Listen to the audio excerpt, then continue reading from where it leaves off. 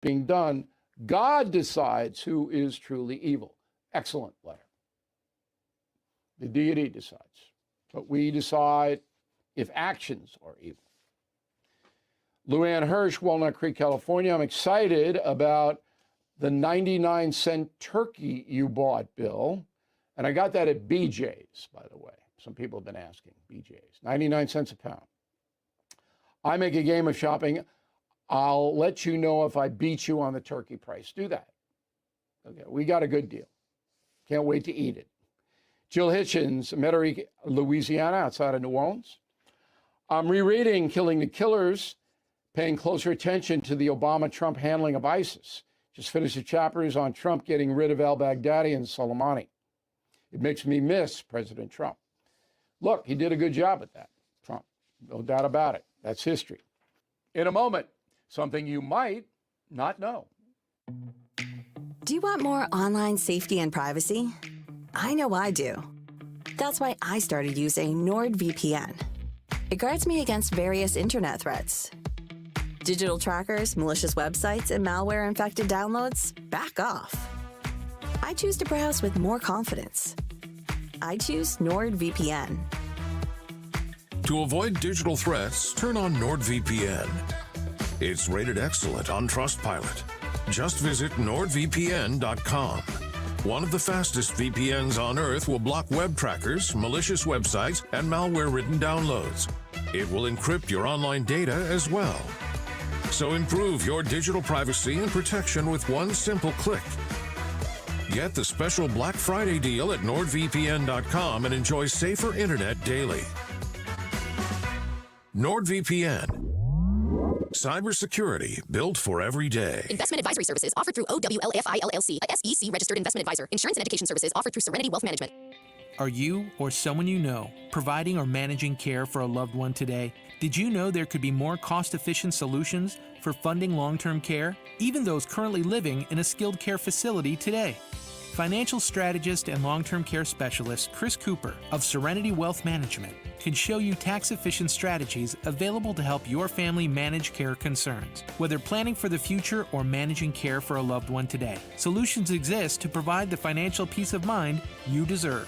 Hi, I'm Chris Cooper, and I'd love to send you a free copy of my new book, A CPA's Guide to Tax-Free Strategies for Long-Term Care. You'll learn about strategies to empower you and your family, protect your savings, and make sure your loved ones get the quality of care they deserve. Request your free copy of Chris's book by visiting SerenityLTC.com. That's SerenityLTC.com. Now, the O'Reilly Update brings you something you might not know. 83 years ago today, Nazi soldiers sealed off the biggest ghetto in Poland. A community of 400,000 Jews were put into an area smaller than 2 square miles. Facing imminent death, the residents launched the greatest act of defiance during World War II. Here is the story of the Warsaw Uprising. On November 16, 1940, Hitler's army declared the creation of the Jewish Residential Quarter. All Jews were forced to relocate. Those who refused were executed. The area was sealed off by brick walls, barbed wire, and armed guards. Anyone caught leaving shot on sight. 2 years later, the Nazis began implementing the so-called final solution. By the spring of 1943, 90% of Warsaw's Jewish population had been exterminated. In April, Heinrich Himmler dispatched the SS to completely liquidate the ghetto. Several hundred resistance fighters, armed with a small cache of weapons smuggled to them by Polish Catholics, managed to fend off the SS. In retaliation, Himmler's forces systematically destroyed the entire neighborhood, block by block. By May 16th, the Warsaw Ghetto was firmly under Nazi control. In a symbolic act, the Germans blew up Warsaw's Great Synagogue. An estimated 7,000 Jews perished during the uprising. 50,000 others were sent to extermination camps. The Germans lost several hundred men. It was the biggest act of defiance by Europe's Jews during the war. And here's something else you might not know.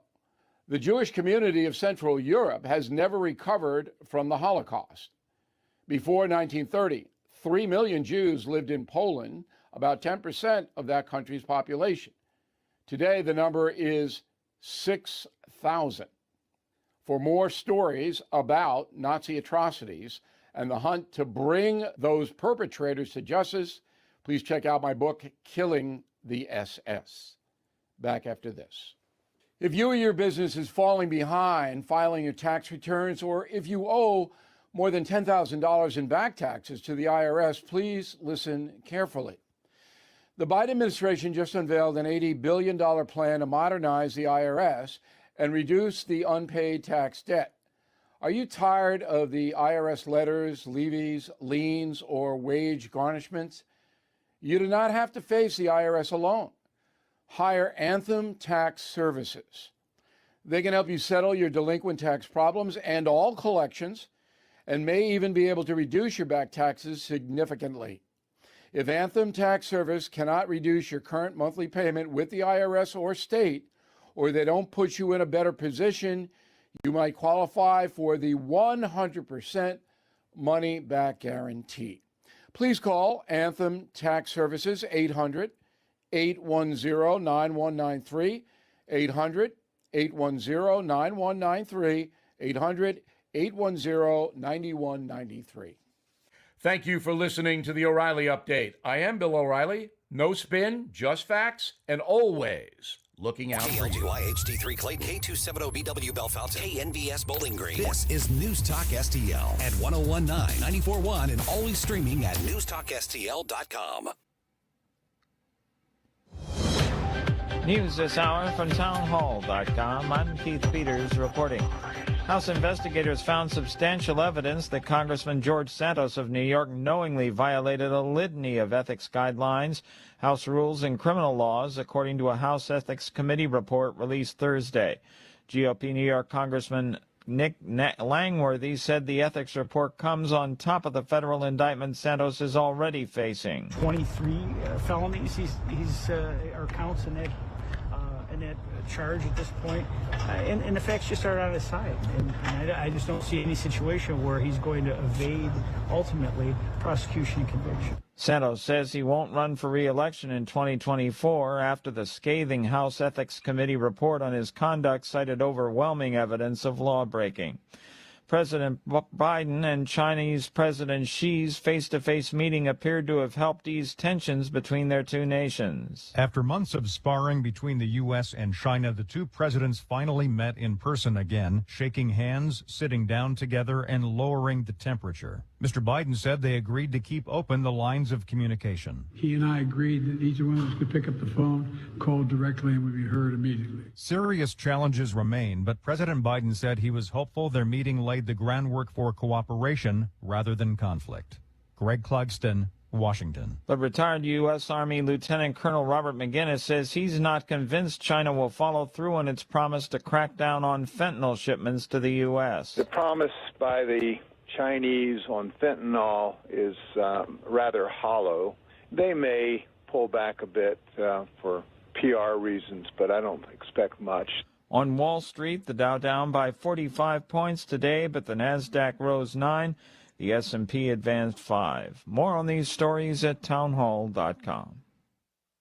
See, if something costs less, but people are happier with it, that sounds like something to look into, and that's MediShare. Maybe you've heard switching to MediShare to pay for health care can save the typical family $500 a month, and that's huge. But it's also true that people are way more satisfied after making the switch, too. The customer satisfaction rate for MediShare is double that of the typical health insurance plan. Double. MediShare works. It's been around for more than a quarter century, and members have shared more than $3 billion of each other's bills. People love having telehealth and a huge nationwide PPO network. So, yeah, you can save a ton and like it better. Imagine being happy with how you're taking care of your health care. So if you're self-employed or part of the gig economy, or you just want a plan you're happy with, you can call right now and get a price within 2 minutes. A very, very smart use of 2 minutes. Here's the number you need. 844-94-BIBLE. That's 844-94-BIBLE. 844-94. From the Michael's Flooring Outlet Weather Center. I'm First Alert 4 Chief Meteorologist Steve Templeton. We have a dry but cloudy evening, and then we'll get into a slight chance, about 15% chance for some spotty showers in the morning Friday. Otherwise, it will be a dry day, and the sun will come out later in the day, and it's mild early, 56. Doesn't warm up a whole lot from there, a high of 60 in the afternoon.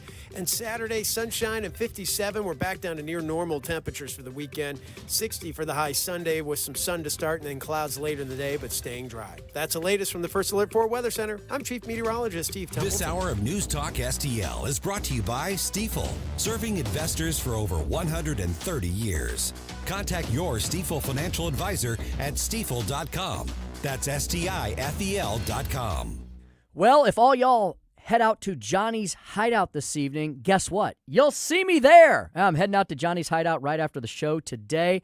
They've got kind of a pre-Thanksgiving Christmas holiday kickoff thing because they're going to have a ton of specials and special events throughout the holiday season. So they decided, hey, why not? It's Thursday night. Thursday's the new Friday. Let's do a big kickoff tonight. So Jake and Johnny and Rick and the gang said, can you swing on by on your way home? And you know what? It kind of is on my way home, heading out to the Eureka Lands. It's kind of on the way home for everybody. It's only 10 minutes from 270 in Gravois, the best and newest St. Louis sports bar and grill experience. Over 50, count them, 50 big screen TVs. I know a lot of people will be at Johnny's anyway tonight because there's, of course, tons of games on Thursday evenings. They've got a big game room themselves in the back. And you know what? They'll have the fire pits going outside. It's going to be little chill in the air this evening. And so they'll have the fire pits going out on the Sunset patio with the Sunset stage, the train station bar. Johnny's has a fantastic menu, huge menu, filled with all of their specialties and delicacies. The famous Johnny Dow's chicken wings, the pork steak you can cut literally with a knife. They got the grilled chicken buffalo wrap. They've got the crack fries. They've got everything and then some. Coldest drinks around. Serving lunch and dinner 7 days a week. Everything available always on the web at jhideout.com. On Facebook, tons of great photos, information about all the events that I mentioned to you coming up. They do a lot of charity fundraisers. They have a ton of fun at Johnny's. That's on Facebook at Johnny's Hideout STL. jhideout.com on the web. That's Johnny's Hideout in High Ridge. Come out tonight. We'll see you there. The season of giving is your chance to give someone something really special, and Vincent's Jewelers can help. For instance, flexible bracelets starting at just $150.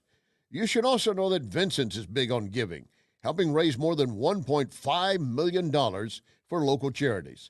Vincent's, locally owned, serving the community more than 42 years. Whenever I'm asked, what's your favorite jewelry store? My only answer, Vincent's on Olive, east of 270. News Talk STL is proud to have Doug Voss of Safe Money Radio as part of our lineup each week. Doug has been a staple on St. Louis radio for many years as one of the leading financial experts in the area. Doug and Safe Money Radio is on 3 times every weekend, but in case you miss anything, you can check it all out at DougVossSafeMoneyRadio.com or call 844-676-SAFE. That's 844-676-7233. Doug Voss is a registered representative. Securities offered through DHL Securities, LLLP. Member FINRA and SIPC. On the next, Larry Connors, USA. So President Biden and the China premier meet. What did we get out of it? Probably less than what the Chinese got. Larry Connors, USA. Now, weeknights 6 until 8 on News Talk STL.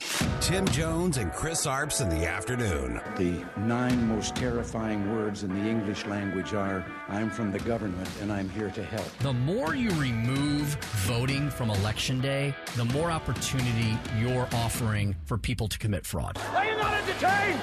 Are you not entertained? I think the Democrats are so short-sighted in this tactic they have now to just cheat at any cost to win elections. You're a lying dog-faced pony soldier. You said you were, but now you got to be honest. I'm going to be honest with you. What are we doing wrong here? As a former leader in the House, I think you can put your finger on it. It's called leadership. We don't have it. Tim Jones and Chris Arps.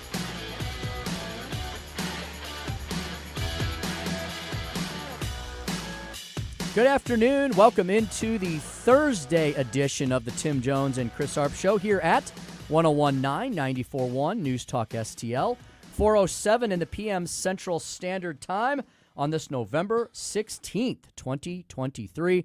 We have a fantastic show for all y'all this afternoon. First, let's see who's in the room here today. If you're watching, then you already know we've got Chris Arps, of course, here as well. I am here, and I am staring at our illustrious producer, Joey V, there, who is sporting the pink today. He's doing a pink out. November is Breast Cancer Awareness Month. Is that why you're sporting the pink today? No, it's Mark McCloskey Awareness Day. He was in the building. I don't know if you saw him. And you were. And I I sported get pink it now. in honor of the great Mark McCloskey. I get it now. Pink shirt on fire. And look, I think Tim has a little popping out of the collar there, a little pink too. Is it pink or is that red? I'm not usually good with colors. It's the Mark McCloskey fan club over here. There we go. There we go. I have to remember that next week. Sundays at 5. Mark McCloskey on fire. Yep. That's right. And it is definitely a changeable sky and a changeable forecast. So if you're all in like office buildings or inside all day, when you go out this afternoon, like I just went out to head down to the station, Chris, the winds are blowing, the breeze is coming in, and the temperature is dropping. Sounds like we're heading back into fall. The wind is blowing. It is getting cool, and it may sound like I'm kind of contradicting myself a little bit here, but weather like this, I could build a fire pit tonight, have a beer, watch the game, enjoy being outside a little bit. I could deal with this maybe 2 weeks, 3 weeks out of the year. Other than that, give me Phoenix. So you like the concept of fall, but you don't want it to be around for too long, basically. Yeah. Like a little bit of fall. Just a change in weather from the summer and spring for a little bit, cooler weather, outside, and then it can get warm again. I won't tell you the forecast then for the next few days. That would just depress you. So, but I think next week we'll be out in Phoenix. You're heading south, and then you're heading west, and both places should be more pleasant weather-wise. We do have, the Midwest. It's why we all live here. We have some of the best springs and some of the best falls in the country. The problem is they're always followed by winter, and then our summers can be hit and miss. Some of our summers fantastic, some maybe not so much.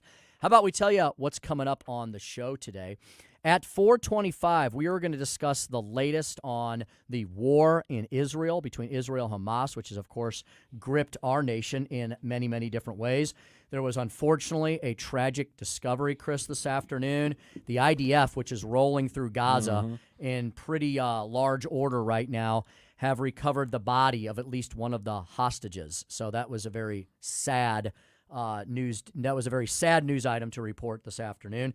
We'll talk about all of that with Dakota Wood, who will be joining us at 4:25.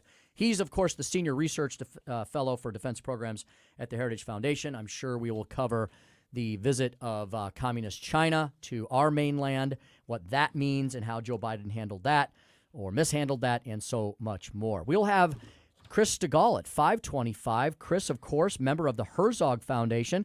We'll be talking about some very interesting topics. This again, topics that are gripping not just Missourians, but the nation. Christian parents win a lawsuit for their right to opt their children out of, Chris, something you mentioned yesterday or this week in your Chris's Corner. Yeah. The SEL, the social emotional learning. That's the newest three-letter word, which has become, three-letter words have become as bad as four-letter words when the left creates them. So we'll talk about that and more. Chris, will have Chris's Corner at 4:45 Yeah, Chris's today. Corner will be regarding the China visit to San Francisco with President Biden. Some of my observation and reactions to it by some of the talking heads, especially Joe Scarborough talking on Morning Joe this morning, was just unbelievable. Their observations, and 4:42. Chris's Corner. At 5:07, I'm going to talk about the usual topic I love to beat up on the media. We saw another example of that yesterday. Chris, did you see?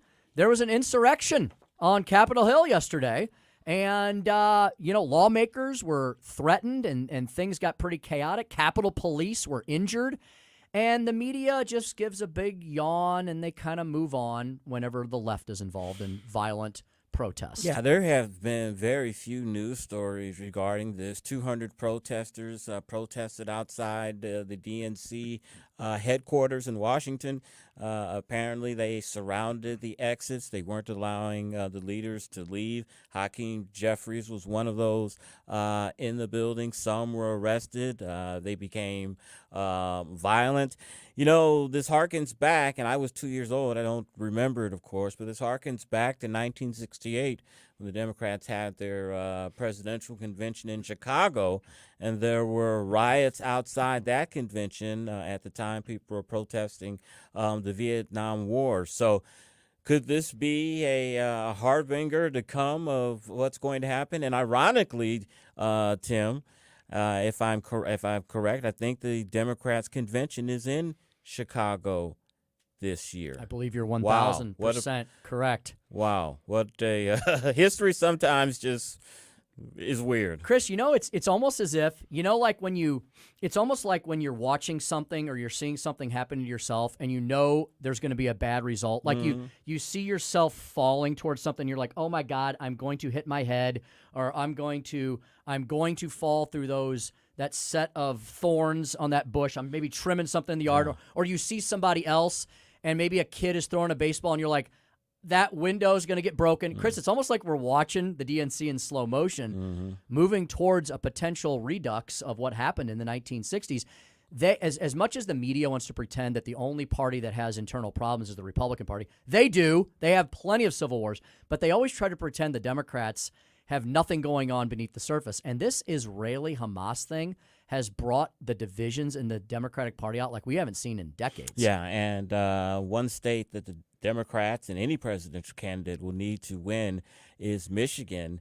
And because Michigan, Detroit, the Dearborn area has a high percentage of Arab Americans, many of them have said that they can't vote for Joe Biden. Now, I don't believe they're necessarily going to become Republican because, you know, of our strong support of Israel.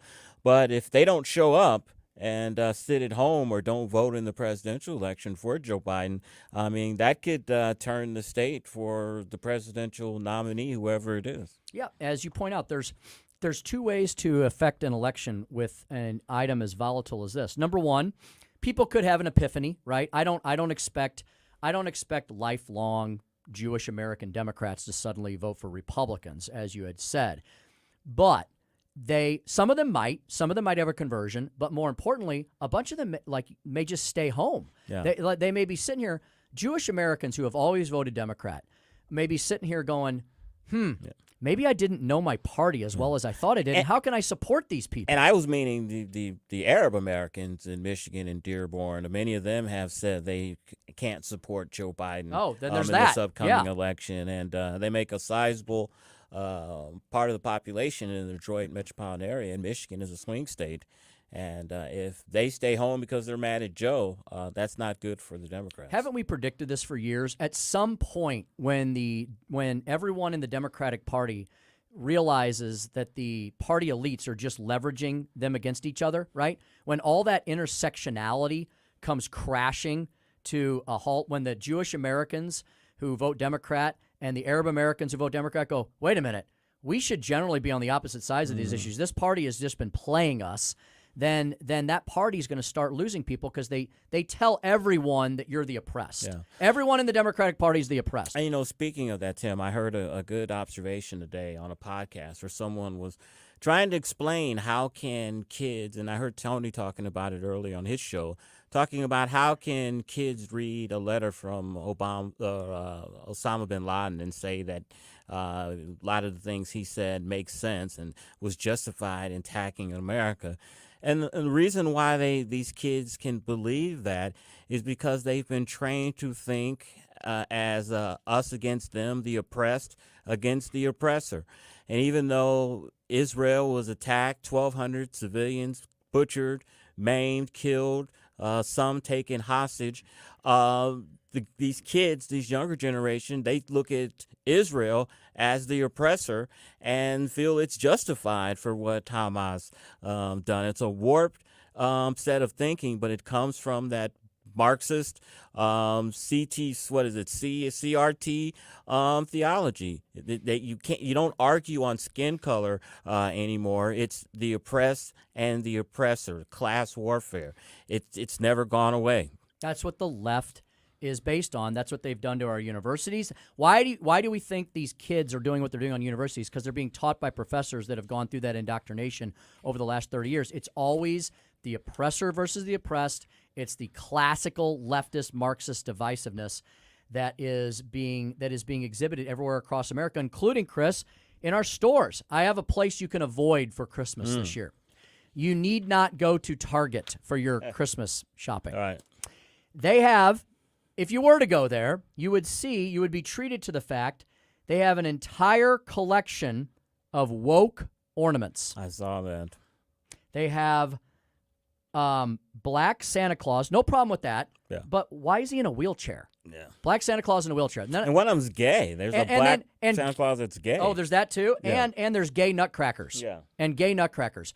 I'm a big nutcracker collector. I have a ton of them. My wife gets annoyed because every year I'm just like, oh, just one more. This one has the rainbow color hat and the rainbow flag. I will not be purchasing that nutcracker this year. You know, and I was listening to Mike Ferguson's show. I think it may have been yesterday morning, and they were discussing this. And, you know, I've read reports that even though it seems very foolish to take on these LGBTQ causes and disrupt your business and lose revenue, that these companies are willing to do that in the short term because they think the demographics favors that in the long term, so they want to be ahead of the curve. So they'll take a short-term hit, but they know, you know, Tim, our children, generation, children underneath them, they accept this agenda that our generation doesn't necessarily accept. So they're playing the long game. It'll be interesting to see can their profits bear that out to do that. What do you think? Yeah, it'll be interesting to see how many young people are actually woke versus how many are rebelling against this.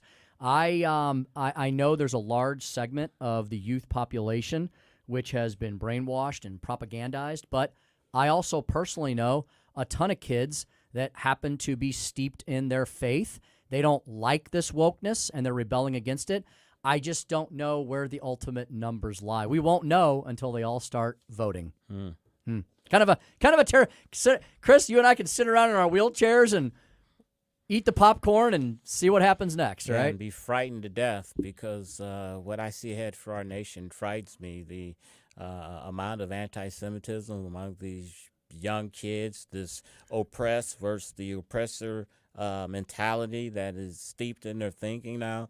It doesn't bode well for the future of America. I completely agree. And as I saw the Target ornaments on a Red State article, and the author, Mike Miller, said, look, you know, it doesn't matter, you know, what the characters are, you know, what color of the rainbow they are, whether they're gay or straight. He said the whole point is they're demeaning the holiday. You know what I mean? Like, why can't we just have Christmas trees, Santa Clauses, and elves on the shelf, you know? I mean, well, they have to be inclusive and diversity, and everybody needs to feel welcome. And the more you do these things, the more and more you secularize Christmas and the holiday and take it away from what its real meaning is, which is the birth of our Savior, Jesus Christ. And that's what this is more than anything. It's a distraction from that. And it seems like the opposite effect happens. It seems like the more they do this stuff to be inclusive, the more they're just pissing people off and driving people apart. They're making more controversy, you know, than less. That's why Marvel movies and that have these LGBTQ and woke themes, that's why they've been bombing at the box office, but movies with Christian themes, wholehearted family themes, stuff we used to laugh at back in the day, those are the movies that are making money. Go figure. My uncle, who's a retired lieutenant commander in the Coast Guard, he was a fighter pilot and a rescue pilot. So, you know, tough guy, military guy, his whole career. You know what he loves to watch this time of year especially? He watches the Hallmark Channel. Oh. He says, you know what? I just can't deal with all the other crap. I'm watching the Hallmark Channel. My father-in-law, West Point graduate, they tease him. We tease him about he watches Hallmark Channel Christmas movies. He and my Uncle Duke could get together and have a good old time. They would indeed. It is 4:22. Time for us to prepare ourselves and you for the Senior Research Fellow for Defense Programs at the Heritage Foundation, Dakota Wood. We will, as we always do, go around the world with Dakota Wood in 15 minutes or less. He's up next to talk about all of these incredibly burning issues of the day. Is there hope for humanity? Dakota Wood next on the Tim Jones and Chris Arps Show, 101.9, 94.1 News Talk, STL.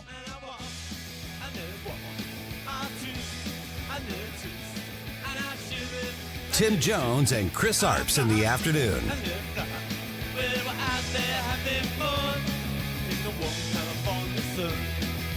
Chris, you and I can sit around in our wheelchairs and eat the popcorn and see what happens next, right?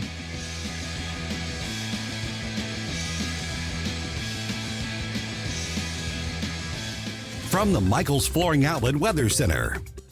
I'm First Alert 4 Chief Meteorologist Steve Templeton. We have a dry but cloudy evening, and then we'll get into a slight chance, about 15% chance for some spotty showers in the morning Friday. Otherwise, it will be a dry day, and the sun will come out later in the day, and it's mild early, 56. Doesn't warm up a whole lot from there, a high of 60 in the afternoon. And Saturday, sunshine and 57. We're back down to near normal temperatures for the weekend. 60 for the high Sunday with some sun to start and then clouds later in the day, but staying dry. That's the latest from the First Alert 4 Weather Center. I'm Chief Meteorologist Steve Templeton. No big old corporate lib AM station telling us what to say here. Conservative talk for St. Louis. This is News Talk STL at 1019, 94.1, and always streaming at newstalkstl.com. So I had another pleasant experience, as I always do, with the good folks at Eureka Contracting and Roofing. I'll tell you about that in a second. But you can begin to have great experiences with them as well by calling them today at 636-938-ROOF.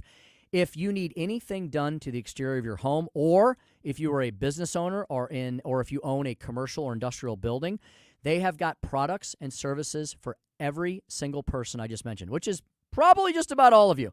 Eureka Contracting and Roofing has been in business for well over a decade, going on to 12 years now. They've got 30 years of experience in the claims adjusting and construction industry. Rick Hinkson and the gang over there, they know exactly what they're doing because they've been in both of those industries, and so they can take care of you when you are dealing with those industries. If the storms hit you this year at all, and you still have some damage that needs to be fixed up before the winter weather starts rolling in, there's still plenty of time, but I want you to take this number down today and get on it as soon as I stop chatting here. 636-938-ROOF is the number. 636-938-ROOF is the number. EurekaContracting.com is the website. So we are finished with all of our projects for now, right? When you own a home, there's always something that's going to come up around the bend you don't even know about. But the siding, the gutters, the roofing looks fantastic. So now we're dealing with the end result of making sure we're all easy peasy with the insurance company. And so we have to do this extra thing where we get this extra recoverable depreciation amount in. You don't need to know anything about that. The point is, I called Eureka Contracting and said, do I need to do this? They said, nope. We're going to handle it for you. That's what they do. They take care of you from the beginning to the end and long afterwards. The craftsmanship on everything they did for us has always been top-notch and fantastic. I recommend them to everyone, and they are delightful people to work with. So if you're a homeowner that needs some repairs to the exterior of your home, if you're a commercial or industrial building owner that needs a new roof coating on your flat roof, they've got this awesome product for that as well. Basically, anything and everything for the exterior of buildings. I want you to write this down and call them the next time that you have a need. Maybe you have one right now. 636-938-ROOF, 636-938-ROOF, EurekaContracting.com, EurekaContracting.com. You want to give a unique gift this holiday? I suggest Stolock Whiskey, produced in Missouri. Stolock Whiskey, born of natural limestone filtered water from the Ozark Highlands, aged in Missouri oak. Stolock, so smooth. Trust me, you're going to enjoy it. So next time, ask for Stolock. Visit the website, stolock.com. Stolock, Stowloch, from Stone Ledge Distillery. Steph's Pizza is on the move to Lake St. Louis. That's right, you can now get the legendary Steph's Pizza and Pasta in Lake St. Louis, 111 Pond Fort Trail. Steph's Pizza, where Mondays you get a large pizza for the price of a small, and it just got more convenient for pickup or delivery in Lake St. Louis. Steph's Pizza in the Chesterfield Valley on Long Road, in St. Peters on Jungerman, and now in Lake St. Louis at 111 Pond Fort Trail. Check them out at stephspizza.com. Tonight's a good night for Steph's Pizza. Tony Colombo here, reminding you to visit my friends at Bluff City Outdoors in Alton before your next trip into the great outdoors. For decades, Bluff City Outdoors has covered all the needs for area fishermen, and they'll always have all the best bait, tackle, and gear for your next trip on the water. And now they cover all your bow hunting needs, including their state-of-the-art indoor archery range and techno hunt system, open every day for you to come shoot, or you can join a league. Follow Bluff City Outdoors on Facebook and learn more at bluffcityoutdoors.com.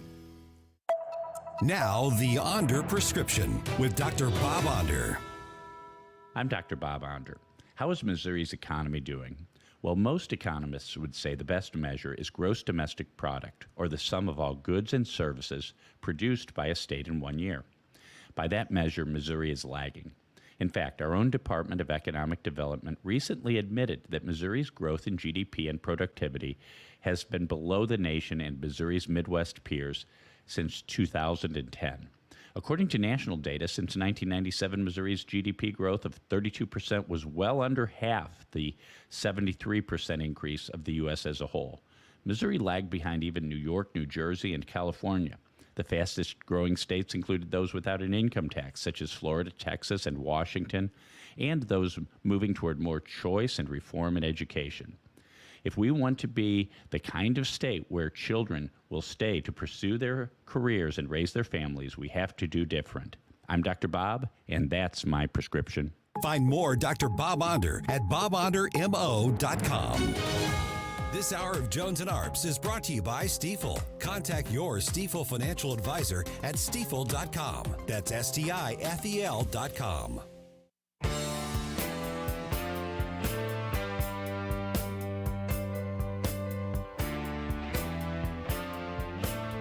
Dropping truth bombs and making you think.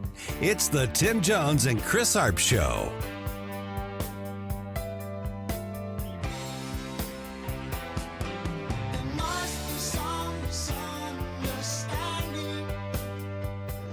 I made it clear to the Israelis that to Bibi and to his war cabinet that I think the only ultimate answer here is a two-state solution. It's real. We got to get to the point where there's an ability to be able to even talk without worrying about whether or not we're just dealing with, they're dealing with Hamas that's going to engage in the same activities they did over the past, on the 7th. So it's, but I can't tell, I'm not a fortune teller, I can't tell you how long it's going to last. But I can tell you I don't think it ultimately ends until there's a two-state solution. I made it clear to the Israelis I think it's a big mistake for them to think they're going to occupy Gaza and maintain Gaza. I don't think that works.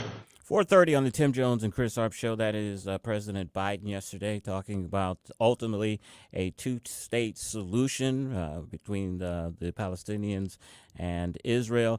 Tim, I'm no expert, but I think even having two-state solution, even on your lips, on your mouth, is something that's so far out of the question right now. We need to be trying to root out Hamas and get rid of them. Yeah, he sounds so out of touch. His lack of self-awareness. I almost feel like I should channel Barack Obama here and tell Joe Biden that what was that he said? Something like, maybe I should say something like 2010 is calling, Joe, and they want their foreign policy back. Let's see what our next guest thinks. Dakota Wood, Senior Research Fellow for Defense Programs at the Heritage Foundation. So this is just releasing people by this administration into the United States in the thousands. It's unconscionable, I believe. I mean, I just don't know how anybody in the White House can step in front of a bunch of reporters with a straight face and say the things that they're saying. Dakota, we all want peace, of course, in the Middle East, but should talk of a two-state solution be on the president's lips right now? No, he's doing that for political effect. You know, the White House, we've seen throughout this thing, is trying to balance both of its interests, meaning U.S. strong support to Israel. They should be able to protect themselves, have a viable state, and all those sorts of things, and yet not run afoul of the Arab community, the Muslim community, and so kind of championing the cause of the Palestinian people, right? You know, trying to differentiate the Palestinians and Gazans, Palestinians live in Gaza, from Hamas, as if warfare understands that kind of nuance. And I agree with your opening remarks there that talk of a two-state solution would only work if both sides agree to live peaceably alongside of each other. And at the moment, the governing authorities in the West Bank and in Gaza have pledged the elimination of Israel. So to get to a two-state solution, the Palestinian side has to embrace the idea that the Jews will be there, Israeli citizens will be there, the state of Israel will be there, and that they will stop this campaign of murder and kidnapping and suicide bombers. I mean, do you see that happening anytime in the near future? No. Doesn't seem like it. And Dakota, to follow up on that great point that you both were making, I mean, it seems like here we go again. You just got to shake your head because we're right here in the middle of this. We're in wartime, and Joe Biden. It's like Dakota. It's like this is kind of emblematic of how his life is right now, unfortunately, and his physical condition. It's like he's wandered off by himself to talk to himself and mumble to himself about two-state solutions. Dakota, we're still in the middle of the war. It's not even. This just once again shows Joe Biden does not know how to handle international conflict, does he? And this is a horrible message to send, isn't it? It would be like the Britons or the British or the Americans saying we're not at war with the German people, we're at war with the government of Germany, with Hitler and his Nazi regime. I mean, all-out war is all-out war. So, nobody was looking to intentionally target Japanese babies or German babies or anything like that in those days, but to get at the war machine, so long as the people support that, the government is in charge and they're refusing to talk about any kind of peaceful settlement, the bullets are going to continue to rain down. And I think this is what Biden doesn't understand, or they know that that's the reality, they being he and his advisors, but they're trying to placate all of these various interest groups, pro-Palestinian marches here in the United States, for example. There are elements of the Democratic Party that are pro-Palestinian, pro-Hamas, anti-Zionist, anti-State of Israel, and anti-Jew.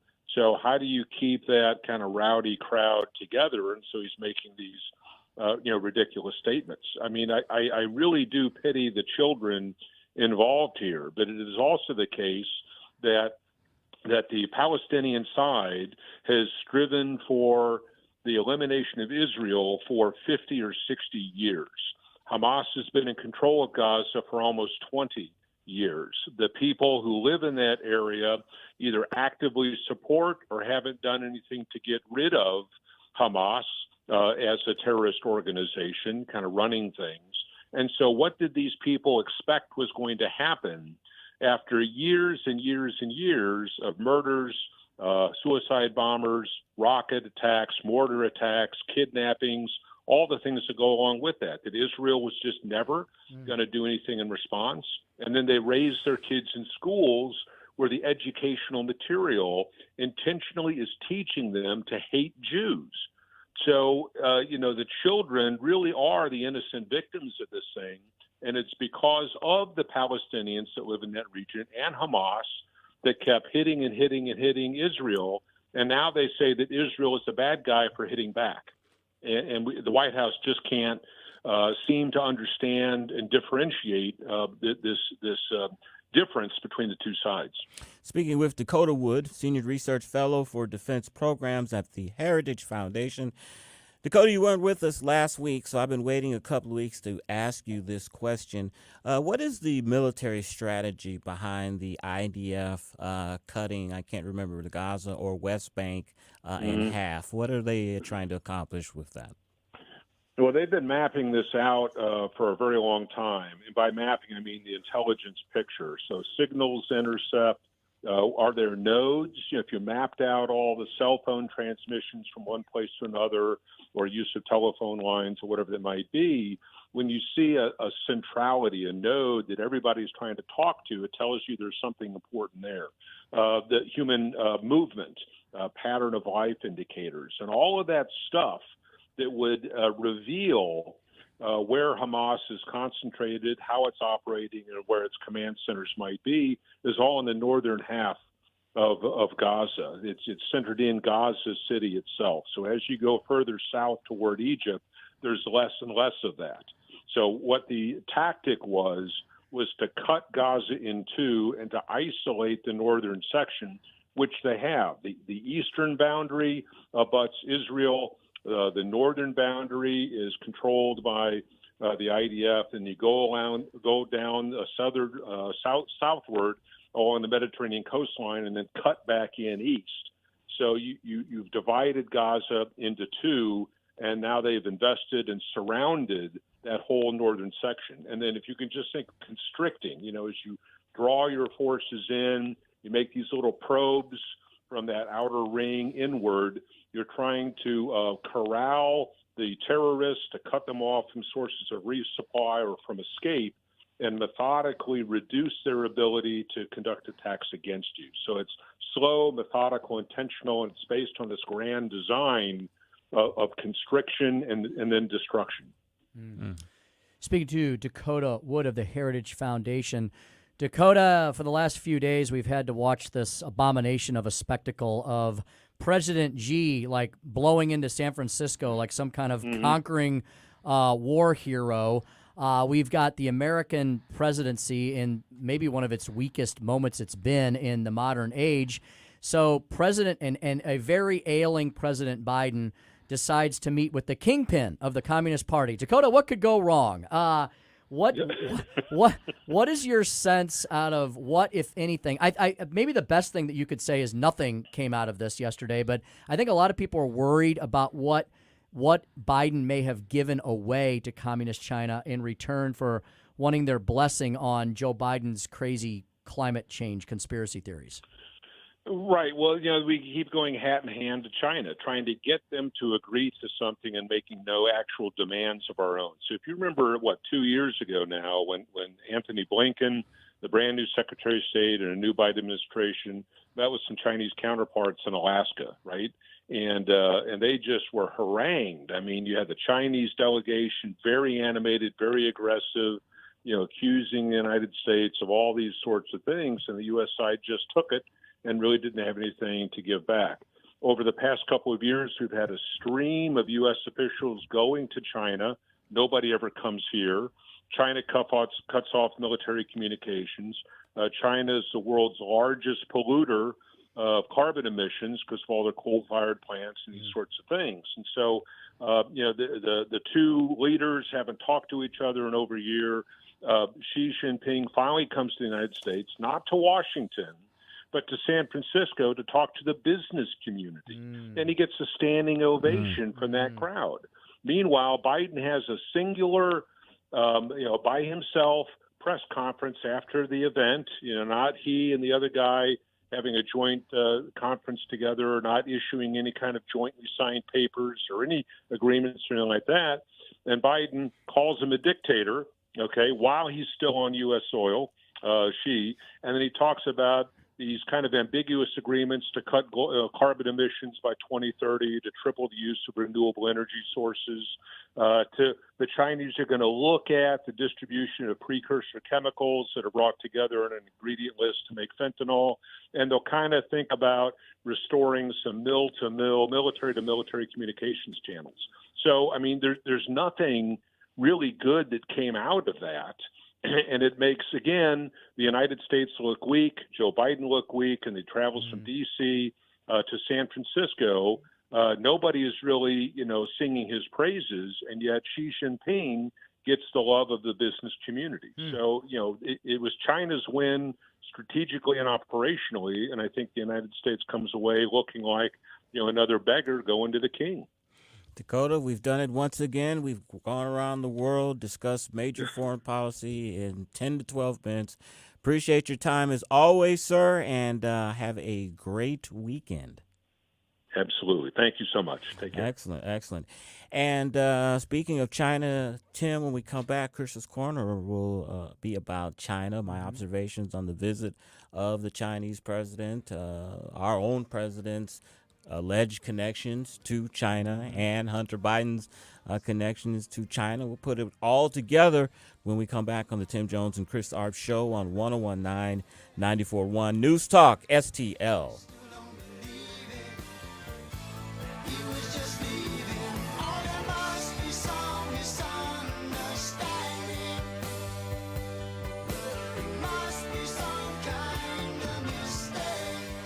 Like and subscribe to us on Rumble. News Talk STL.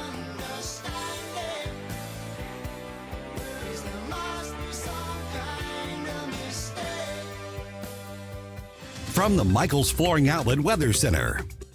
I'm First Alert 4 Chief Meteorologist Steve Templeton. We have a dry but cloudy evening, and then we'll get into a slight chance, about 15% chance for some spotty showers in the morning Friday.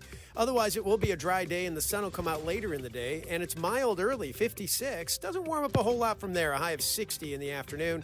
And Saturday, sunshine and 57. We're back down to near normal temperatures for the weekend. 60 for the high Sunday with some sun to start and then clouds later in the day, but staying dry. That's the latest from the First Alert 4 Weather Center. I'm Chief Meteorologist Steve St. Templeton. Louis's new choice for conservative talk. I don't know where I would get the truth if it weren't for you. Live and local. Welcome to the People's Republic of America stand. Here comes another roller coaster, another circus. This is News Talk STL. This is Rob with St. Louis Bathroom Renovation, and we'd like to let you know you don't have to maintain the grout in your home anymore. The grout on the floor or in your shower or bath area. How would you like zero grout in your bathroom? At St. Louis Bathroom Renovation, we focus on grout-free options for your bathroom. If you hate cleaning grout, St. Louis Bathroom Renovation, 314-477-6476. 314-477-6476. Give us a call. Imagine a world where hands reach out to help one another and to help our first responders. Did you know that a recent study by Western Connecticut State University reveals that with each hour spent volunteering, your own happiness goes up by 16%? If you've ever wanted to be the spark, the change maker, the time is now. Volunteer a few hours with the David Dorn Foundation and ignite a new day for police officers and first responders. Visit dornfoundation.com and join as a volunteer. We're waiting to hear from you. As you know, my friend Mike Lindell has a passion to help everyone get the best sleep of your life. He didn't stop by simply creating the best pillow. Now Mike has done it again with his My Slippers, and the folks at My Pillow are having an early Christmas slipper sale. The original My Slippers regular price is $139.98, but for a very limited time, they're offering these slippers for just $39.98. They come in a variety of sizes and colors. Use a promo code ONFIRE at mypillow.com or call 1-800-645-1392. The My Slippers are designed to be worn indoor and out. They are made with My Pillow foam and impact gel to help prevent fatigue. Plus, they feature quality suede leather. Unlock this special offer and other savings by using the promo code ONFIRE at mypillow.com. Once again, that number is 800-645-1392, 800-645-1392, or you can go to mypillow.com, use a promo code ONFIRE, and get your special discount today. This hour of Jones and Arps is brought to you by Stifel. Contact your Stifel Financial.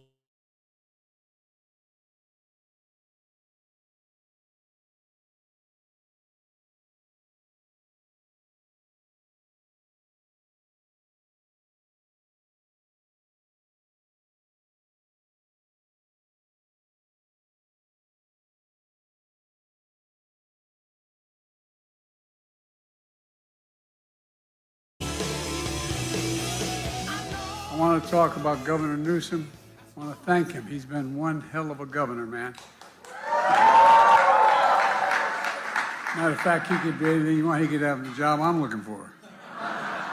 446 on the Tim Jones and Chris Arp show. That was President Joe Biden maybe telling the truth. You know, Freudian slip.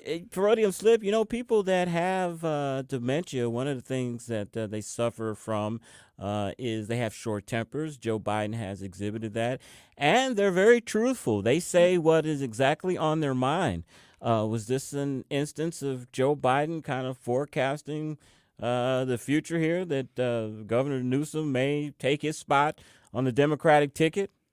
They kind of lose that filter, like the filter disappears, right? And the processor just goes from thought to mouth. We saw an example of that yesterday. One thing that I will praise President Biden on yesterday was him calling the Chinese president a dictator to his face. Now, I'm sure his staff and advisors, had a heart attack when Joe Biden said that. I'm sure that wasn't on the script, but I was like, go ahead, Joe. I love that. Call him a dictator to his face. And afterwards, of course, the administration tried to clean it up and all that. But Joe's like, hey, he is what he is. He's a president of a communist country. He's a dictator. So Look, kudos to Joe Biden for that. Yeah, and let's be honest about his condition. Remember, Chris, a few months ago, 6 to 8 months ago, we would kind of pussyfoot around Joe Biden's condition. We'd be like, look, we're no doctors, but, don't you think he's lost a step or compare? Come on. It's obvious now. The guy is ailing. And, Chris, was that just now a forecast of an announcement that's maybe going to come, as you've been predicting, perhaps around the holidays, when he can then just ride off into the sunset and Gavin Newsom can dust off the campaign machine? Joy, keep this handy because one morning we're going to wake up and say President Biden has a big announcement he's going to make at noon. He's going to bow out of the race, and we need to have this clip handy because he told us in advance. And I would flag this, Joey, because we can play this in a promo when that happens. That we predicted it on November 16th, 2023. All right, let's get into Chris's Corner, my observations on Joe Biden, China, and the president of China, Xi Jinping. That's racist. Chris. That's what it is. Chris. And if you don't know, now you know. And now, Chris's Corner. Now I can't. I think that's his full name, isn't it? I think Xi Jinping. I don't like the way you said it. He's like, all right, Pinky, over here. Oh, man. You and your pink hat. Why'd you have to crack me up here before I start? Serious face. Xi Jinping. Xi Jinping. Tim says it right. There's an old joke that I learned in 6th grade. Maybe this may be inappropriate. I don't know, but I say it anyway. I don't think it is. But my 6th grade, my best friend's father told us this joke. He said, "You know how Chinese kids name their children? They drop 3 spoons on the ground, and whatever sound that makes, there it is. Jing dong ping." FCC. So that's wrong. Yeah. I should have turned off Tim's mic so he could have been protected. That was no one wrong. could have heard I him think laugh. it's probably not appropriate now. That was a late 70s joke. But anyway. Sign for the times. Anyway, Chris's Corner, the president of China, Xi Jinping, is in San Francisco, and he is meeting with the president. He's coming hat in hand, in effect. China's economy is not doing so well. China is losing massive foreign investment, including American companies that are taking their money out. So he has come offering carrots. As we hear Dakota Wood, the Chinese are talking about helping to stem the flow of fentanyl to this country, opening up a channel with military connections so that if there's any type of incident, our two countries can talk. I always tell you guys, I watch MSNBC and CNN and all these channels, so you don't have to. Mm-hmm. And I was watching Joe Scarborough yesterday morning, Tim, and it was just, I was like, I looked up how much he makes a year. He makes $9 million a year. And I was like, you are kidding me. A former congressman who sold out. Yes, I was like, now I see why, Joe, you have completely sold out your principles. You're making $9 million a year, hosted this show. Tim, he was saying comments that Joe Biden is the greatest foreign policy president since George H.W.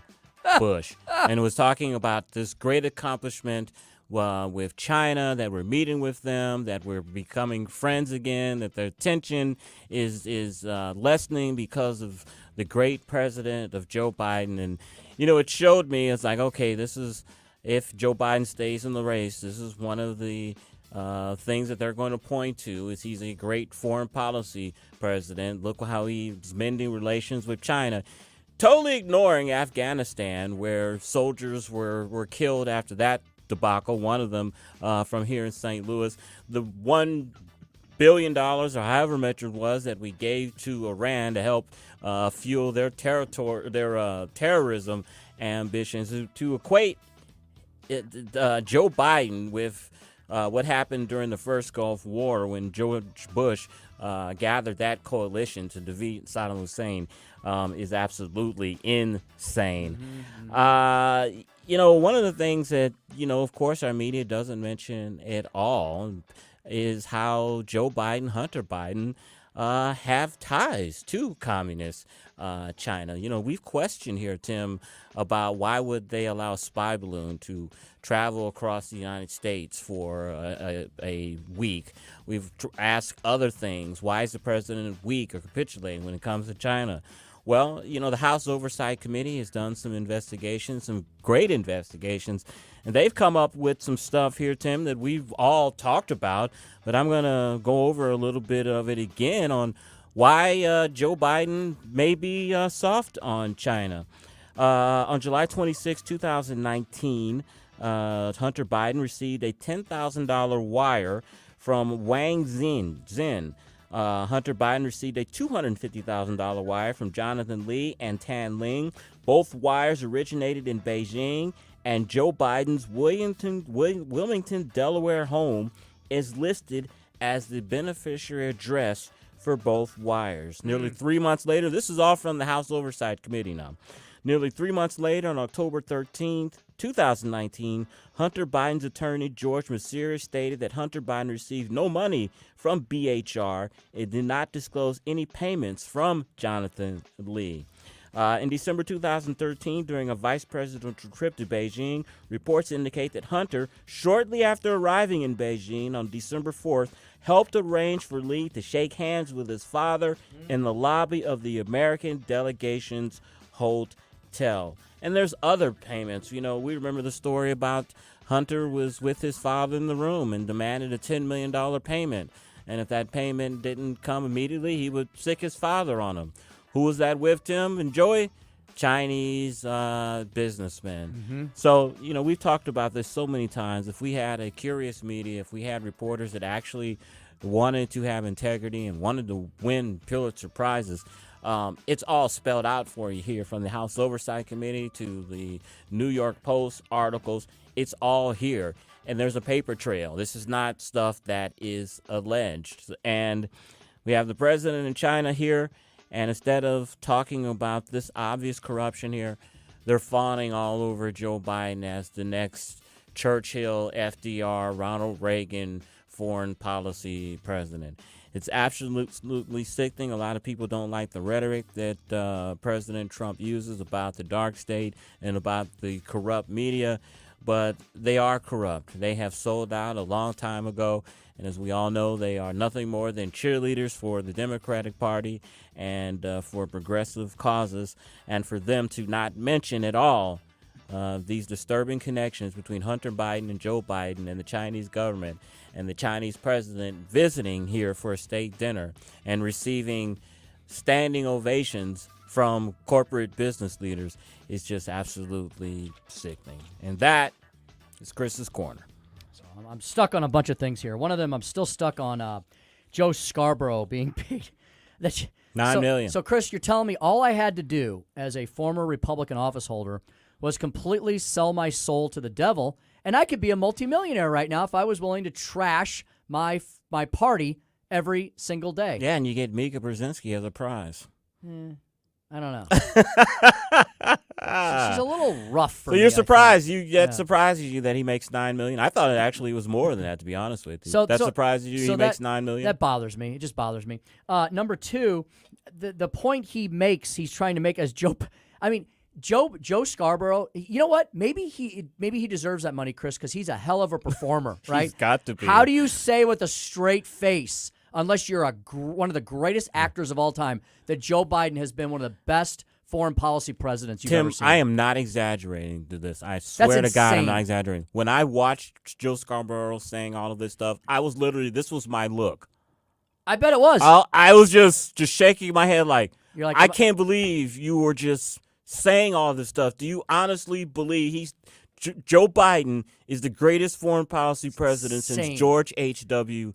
Bush? He says that crap because MSNBC wants him to say it for their audience. Chris, this is on the very same day that the Biden administration unlocked more money for Iran. They issued some more waivers. So the mullahs of Iran, who want to destroy us as the great Satan, just got billions of more dollars from the greatest foreign policy president in U.S. history. I heard an interesting theory, too, today. You know how we're not hearing much news about the Americans that are being held hostage in Hamas? And someone made a great comparison is if you remember the hostage crisis in Iran, that literally destroyed Jimmy Carter's presidency. Took him down. And maybe that's why the media is not talking about this hostage situation as if they would if this was Trump, because they don't want to have that comparison of Jimmy Carter and Joe Biden in a prolonged hostage situation. Such a great take and a great segue into I wish the I stump had speech that today. too. Yeah. Stump speech coming up at 5:07. Then at 5:24, we'll speak with Chris DeGaulle. He's a member of the Herzog Foundation, and we'll talk to him about the podcast Making the Leap. You are listening to the Tim Jones and Chris Arps Show on 101.9, 94.1 News Talk STL.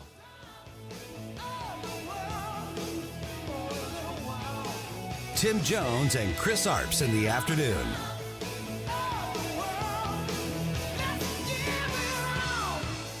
Hi, Sean Long for STL FenceWorks. STL FenceWorks is proud and excited to install American-made aluminum and vinyl fence products, as well as American-made decking. For instance, STL FenceWorks has teamed up with Jareth Manufacturing. Jareth invented the aluminum fence industry over 50 years ago. The Jareth product is wholly sourced and manufactured in the U.S., and STL FenceWorks is the third largest Jareth customer in the world. STL FenceWorks is vinyl fencing also, and not just white. We partner with National Vinyl Products to provide you with tan, clay, gray, and variegated wood grain vinyl fence products too, all made in the U.S. Not to be forgotten, STL FenceWorks is maintenance-free decking. STL FenceWorks is the #1 distributor of Wolf Cellular PVC in the Midwest, proudly manufactured in the U.S. and voted #1 maintenance-free decking product in the United States. Let STL FenceWorks make your outdoor space magical. Visit STLFenceWorks.com today and learn how we can make your backyard dreams into a reality. At STL FenceWorks, your satisfaction is our passion. Missouri Wild Alchemy is a local and family-owned business dedicated to providing consumers with high-quality cannabis and education. They strive to make customers feel comfortable and to help curtail the stigma of cannabis use by having a professional and well-educated staff. They're proud to carry products from several Missouri cultivators and manufacturers. Missouri Wild Alchemy, now serving recreational customers 21 and above, as well as patients. Follow them on Facebook and Instagram, or visit MissouriWild.com. That's MissouriWild.com. Hey, Columbo here with a great offer from the cleaning pros at Zero Res. Just mention the Columbo special when you book a cleaning in November, and you'll get 3 rooms of carpet cleaned starting at just $129 plus $50 off an air duct cleaning. We trust Zero Res because they're simply the best when it comes to cleaning any surface in your home, and they stand behind every cleaning with their gotta love it guarantee. Just remember to mention the Columbo special when you call 314-474-2020 or book online at ZeroResSTL.com. KLGY HD3 Clayton, K270BW Bellefonte, KNBS Bowling Green. This is News Talk STL at 101.9 94.1. News this hour from townhall.com. I'm Keith Peters reporting. California authorities arrest a man in the death of a Jewish demonstrator. Correspondent Walter Ratliff reports. On November 6th, a Jewish pro-Israel demonstrator named Paul Kessler died after a pro-Palestinian gathering in a Los Angeles suburb. California authorities have now arrested a man in connection with Kessler's death. The Ventura County Sheriff's Office says a 50-year-old suspect was booked into jail in the investigation of involuntary manslaughter. Kessler was among a group of pro-Israel demonstrators who showed up at an event advertised as a peaceful gathering to support Palestinians in the Israel-Hamas war. I'm Walter Ratliff. Some senators are voicing concerns new Ukraine funding could get left behind this year. Bob Agnew reports. Pro-Ukraine senators say now that a continuing resolution will avert the threat of a government shutdown into the new year, there's no must-pass legislative vehicle onto which they can attach Ukraine funding. They say the president's $105 billion request for Ukraine, Israel, Taiwan, and the U.S. border remains a priority. Some GOP lawmakers are demanding the controversial Ukraine funding be separated from the more popular bill supporting Israel. Some House conservatives say they won't support either funding bill unless it includes funds to shore up the U.S. border with Mexico. Bob Agnew reporting. A New York appeals court judge has paused a gag order that barred Donald Trump from commenting on court staffers in his civil fraud trial. The trial judge had imposed the gag order last month and later fined Trump $15,000 for violations after the former president made a disparaging social media post about a court clerk. In his decision Thursday, Judge David Friedman of the state's Intermediate Appeals Court cited constitutional concerns about restricting Trump's free speech. On Wall Street, the Dow down by 45 points. The Nasdaq rose 9. More on these stories at townhall.com. Relief Factor pain relief that's natural, pain relief that works, and pain relief that attacks the source of the pain. That's the experience of tens of thousands of Americans who are taking Relief Factor right now. See their incredible video endorsements at relieffactor.com and then order your 3-week quick starter pack for just $19.95. That's less than $1 a day. Find out if it can work for you like it works for me by ordering your 3-week quick starter pack today. relieffactor.com, relieffactor.com. Be the next success story. Don't miss the new movie by Dinesh D'Souza, Police State. We have freedom of religion and freedom of speech. MAGA Republicans threaten the very foundation of our republic. Are we becoming a police state? The government is trying to crush the conservative movement, our society, and our freedoms. They define you as radical. How did we give the state this kind of power? If they're coming for me, they're coming for you. Police State. Buy it or stream it now at policestatefilm.net. policestatefilm.net. Here's the Wall Street business. From the Michaels Flooring Outlet Weather Center. I'm First Alert 4 Chief Meteorologist Steve Templeton. We have a dry but cloudy evening, and then we'll get into a slight chance, about 15% chance for some spotty showers in the morning Friday.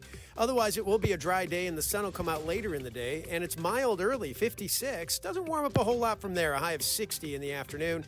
And Saturday, sunshine and 57. We're back down to near normal temperatures for the weekend. 60 for the high Sunday with some sun to start and then clouds later in the day, but staying dry. That's the latest from the First Alert 4 Weather Center. I'm Chief Meteorologist Steve Templeton. This hour of News Talk STL brought to you by Chris Cooper and Serenity Wealth Management. Discover little-known strategies that could be the difference between choosing the care you deserve or having someone else decide it for you. Get a free copy of Chris's book at serenityltc.com. This is News Talk STL. News, analysis, and opinion from the voices you know and trust. News Talk STL at 1019, 94.1, and newstalkstl.com. Boy, I love talking about my friends at Royal Banks of Missouri. I've been doing business with them for probably 20-plus years. My father did his business with Royal Banks as well. Royal Banks has been around since 1964, a couple of years before I was born, so you know they're not going anywhere. Royal Banks has one of the safest bank ratings in the bi-state region. We have 17 locations. There's a location in St. Charles, Missouri, up in northeast Missouri and Hannibal, across the river in Jerseyville and Granite City, Illinois. Royal Banks of Missouri has over 200 ATMs across the Midwest, so you can access your money whenever you want to access it. Whether you are looking for wealth management services, maybe home loans, personal or business checking, Royal Banks of Missouri has you covered. Check out my friends over at Royal Banks at royalbanksmo.com, royalbanksmo.com. Royal Banks of Missouri, the community bank that is in your community. This hour of Jones and Arps brought to you by Window World. Simply the best for less. 314-993-1800 or visit windowworld.com. Tim Jones and Chris Arps in the afternoon. The 9 most terrifying words in the English language are, I'm from the government and I'm here to help. The more you remove voting from Election Day, the more opportunity you're offering for people to commit fraud. Are you not entertained? Are you not entertained? I think the Democrats are so short-sighted in this tactic they have now to just cheat at any cost to win elections. You're a lying dog-faced pony soldier. You said you were, but now you got to be honest. I'm going to be honest with you. What are we doing wrong here? As a former leader in the House, I think you can put your finger on it. It's called leadership. We don't have it. Tim Jones and Chris Arps.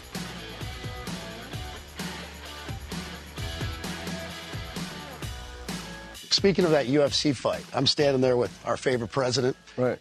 And someone comes over to, like, the CEO of Anheuser-Busch standing right behind you. Right. So I go to the POTUS. I'm like, hey, that's the CEO of Anheuser-Busch. Trump's like, you want to go talk to him? I'm like, I do. So me and him go over.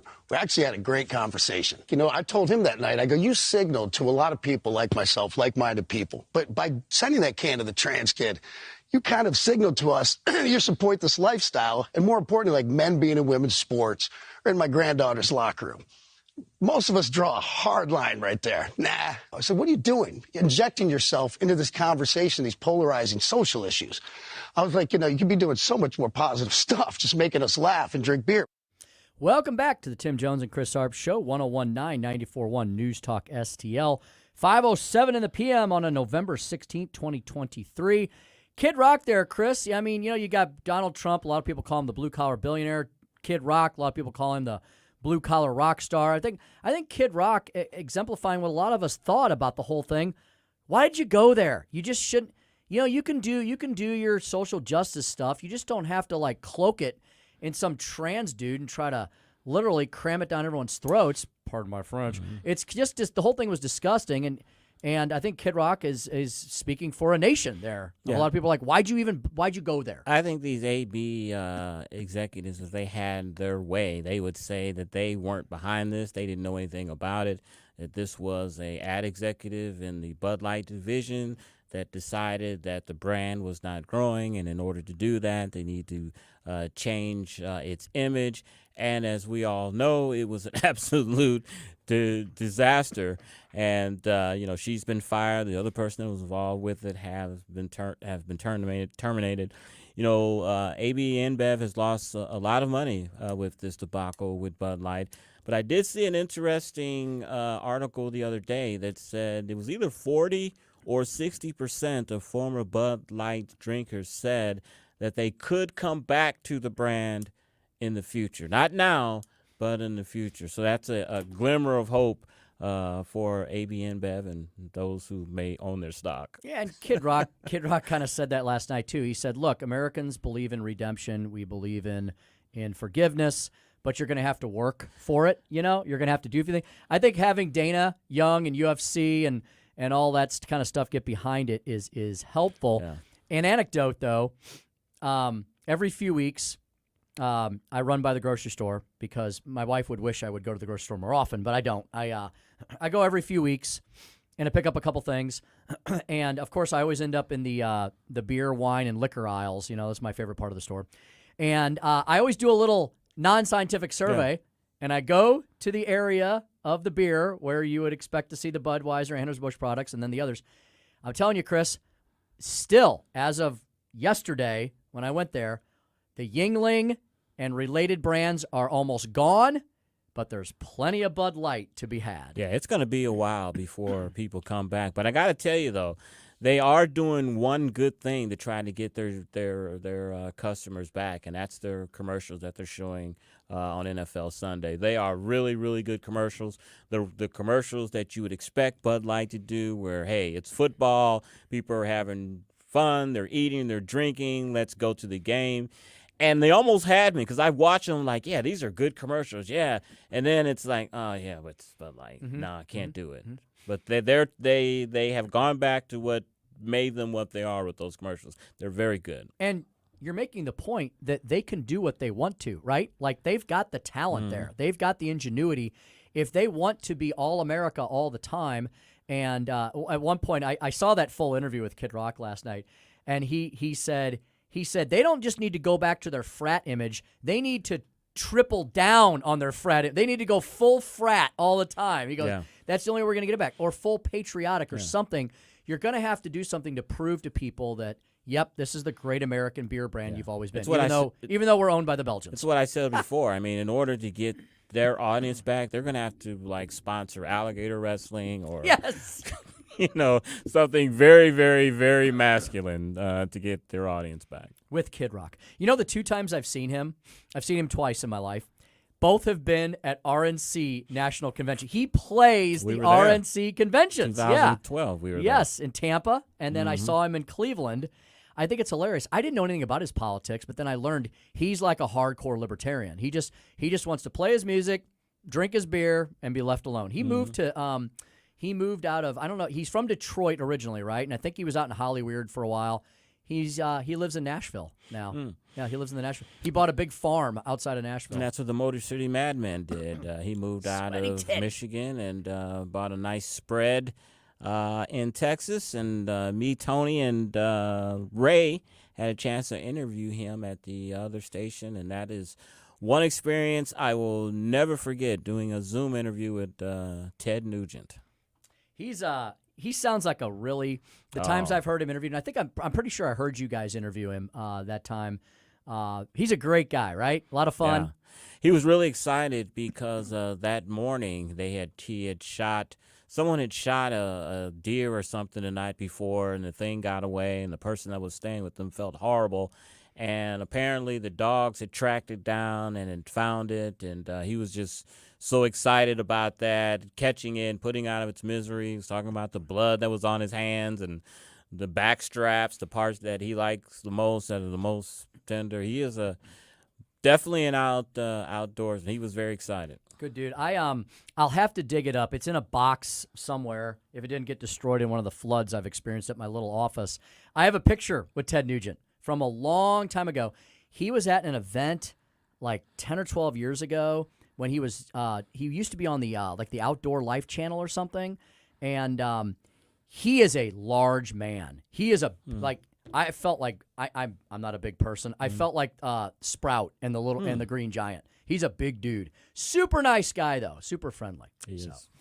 All right, it is 5:13 in the PM. We've got Chris Stegall coming up. I always want to say Steven Seagal every time I say Chris Stegall's name. Yeah. Chris Stegall, though, is also a badass dude. He is with the Herzog Foundation. We're going to talk about a bunch of topics involving, the wokeatocracy, how it's still invading your kid's space, whether you realize it or not. However, parents are fighting back. Christian parents have won a lawsuit for the right to opt their children out of social emotional learning. What the heck is social emotional learning? Well, you're going to have to wait till 5:25. We'll explain it. It's one of the newest, most feared acronyms that the lunatic left has come up with. All right, we've been talking today a lot about the two tiers of everything that are exemplified and promoted by our corporate corrupt media, and nowhere was that more on display than yesterday when, you may have missed it, there was another insurrection on Capitol Hill. Listen to me, listen to me. I'm very consistent. I'm a very stable genius. It's time for the Speaker's Stump Speech, sponsored by Hanson's Tree Service at hansonstree.com. So the title of today's Stump Speech is The Media, the New Evil Empire. And I ask that basically rhetorically because I think you all agree with me that it is. Not all the media, right? We've got some great media. We're the media. You've got News Talk STL. You can rely on us. We definitely bring you all the news you need to know. We do it through a conservative lens, but we're honest about that, right? We don't try to hide the fact that I would say, arguably, probably without argument, that everybody on this station, with the exception of some guests we have, are on the center-right side of the political spectrum. Some of us are a little or less libertarian or conservatarian than others, but we generally view things through a similar lens. But the nice thing is we're not all the same, right? We don't spew the same talking points. We have differences of opinion and arguments and debates at a time, and that's healthy. But yes, we generally feel that life should be approached through the conservative lens because the liberal lens has gotten so insane. I mean, come on. Folks, you literally have a major political party these days that believes that chemically castrating children and lopping off healthy body parts should be called nothing more than gender-affirming care. Yet another phrase that didn't exist, 24 months ago, that they've completely made up of a whole cloth to justify their abominations and their Island of Dr. Moreau style thinking. Let's be honest. I mean, when they talk about it, they couch it in all these weird, nuanced terms and talk about the feels and the empathy and the rights. You know, when you pull all that poppycock back and all that gobbledygook and just say, aren't you in favor of chemically castrating children and cutting off otherwise healthy body parts? That's what we're really talking about here. When we're talking about abortion, okay, you can sit here and argue with me about whether it should be 15 weeks or 9 weeks or 30 weeks or on the birthing table or not at all. But let's talk about what it is. See, that's the thing. The left always wants to kind of beat around the bush on these things. They never want to talk about what it is. Abortion is ending a human life, right? That's ultimately what it is. And, go ahead and justify why you think that should be so. It seems also that one person's freedom fighter is another person's insurrectionist. Another example of the two tiers of media reporting and why they're the evil empire. Well, an insurrection apparently happened yesterday. Well, at least under the definition of the left. Now, look, and what we always eventually get to, we do a lot of stuff tongue-in-cheek here. We poke a lot of fun at the left because it's so much fun and so easy to do. Did we really have an insurrection yesterday on Capitol Hill? No. Was it a protest gone wrong, gone violent? Absolutely. Should people be arrested and charged for crimes? Probably so. Was the United States government going to be toppled tomorrow and we were going to somehow be in the hands of some unelected totalitarian dictator? No, that wasn't going to happen. Just like it wasn't going to happen on January the 6th, 2021. But let's call things what they are. Let's call them what they appear to be. Yesterday, and I had to search far and wide, but there was at least one liberal-leaning publication that had at least a semblance of self-awareness because they admitted that certain people, which they of course called MAGA extremists, were calling what happened yesterday on Capitol Hill an insurrection. What did happen? You be the judge. I'm going to read directly from Newsweek itself, a definitely left-leaning publication. From Newsweek, a pro-Palestinian protest. Okay, first of all, you know, these days, I think when you're saying pro-Palestinian, you're really saying pro-Hamas, because there's, just like Dakota Wood said, were we at war with the people of Germany, or we're at war with the German ruling class? We were at war with Germany, period, the end. Just like here, Israel can't just say we're only at war with those people who pick up the gun because everybody is a potential terrorist in the Gaza Strip right now. They were given an opportunity to leave. They continue to. The IDF is apparently the nicest army in the world, right? They want to take care of everyone and get them out of harm's way. But when Hamas forces people to be human shields, what are you going to do? All right, back to the article. A pro-Palestinian protest in Washington, D.C. on Wednesday night, where demonstrators clashed with police, caused MAGA supporters to draw comparisons to the January 6th Capitol riot. First of all, I don't know that it's just MAGA supporters.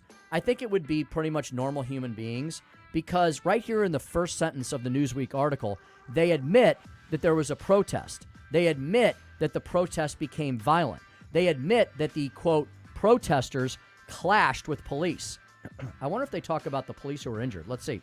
Over 100 people gathered outside a fundraiser event held by the Democratic Congressional Campaign Committee. Ooh, there's another clue to you that the DNC's got a lot of problems on their hands. This protest, folks, it was not at the RNC. It wasn't at the Republican Capitol Hill Club. It wasn't involving any sort of Donald Trump or Nikki Haley or Ron DeSantis event. This was at the DCCC. I mean, this is about as close as you're going to get to Democratic supporters and voters. This is at the congressional fundraising wing of the Democratic Party. So there was 100 people gathered outside the DCCC, which is right outside the U.S. Capitol building, on Wednesday night, who called for an immediate ceasefire. They want a ceasefire in Gaza. So basically, they want the Israelis to basically wave the white flag and to say that we're not going to fight anymore. That's really what they're asking for. Once you have a ceasefire, it's really hard to go back into the battle. But the rally descended into chaos, Newsweek reports, as demonstrators clashed with the Capitol Police, who evacuated the area and reportedly made several arrests. The protesters, approximately 150 people in total, were, quote, illegally and violently protesting. That's what the U.S. Capitol Police wrote on Twitter X. In a later post, the police wrote that, quote, 6 officers were treated for injuries that night, ranging from minor cuts to being pepper sprayed or punched in the face. According to Capitol Police, one person, and only one person thus far out of this entire 150 has been arrested for assault on an officer. I ask you, how different was this than January 6th? You had a massive mob of protesters who went absolutely berserk and attacked and harmed and injured the Capitol Police. Some similar situations happened on January 6th. Some people may say, well, there was a lot more people. Okay, well, let's argue over quantity and quality. This was a very violent protest that got way out of hand, and Capitol Police officers were hurt. Let's do the flip test on this. Let's say that this was a group of MAGA-loving Trump supporters, and nearly 200 of them gathered outside something involving the Democrats for Hamas, or the Democrats for Palestine, and there was a big uproar and everyone got injured, this would be front page news for the rest of this week into the weekend, and we would once again see the two tiers of media injustice. And that's the stump speech for today. No doubt. 200 protesters. It may not have been thousands of people on January 6th, but it's the same concept, but we don't see it being treated the same by the media. These aren't insurrectionists. These aren't people trying to disrupt government, or our leaders aren't in harm's way. You don't hear that talk from the media when it comes to this instance. Yeah, I mean, Chris, can't we all just say that political violence on either side of the aisle is to be condemned and should never happen? Yeah, and it makes an interesting contrast between Monday. There's 290,000 people support of Israel and the Jewish people. It's a peaceful march. Probably picked up their trash like most conservative activists do. And then you see the pro-Hamas Palestinian protests. They always end in some type of violence. People either get killed, Jewish old men get hit in the head with bullhorns, hit their heads and die, or you see the images that we saw in University City, the pro-Hamas rally, where the Israeli flag was taken, stomped upon, thrown in the trash can. There's a clear contrast between who is civilized and who's barbaric, Tim. Excellent capstone on the stump speech there. Chris, let's get to our next guest. He'll be with us in just a moment, Chris DeGaulle of the Herzog Foundation. We're going to talk about the continued war against parents as they try to protect their children, and a school choice program, unfortunately, failing and being terminated in the once mighty land of Lincoln. All that more straight ahead on the Tim Jones and Chris Arps Show, 101.9, 94.1. Thanks for listening to News Talk STL.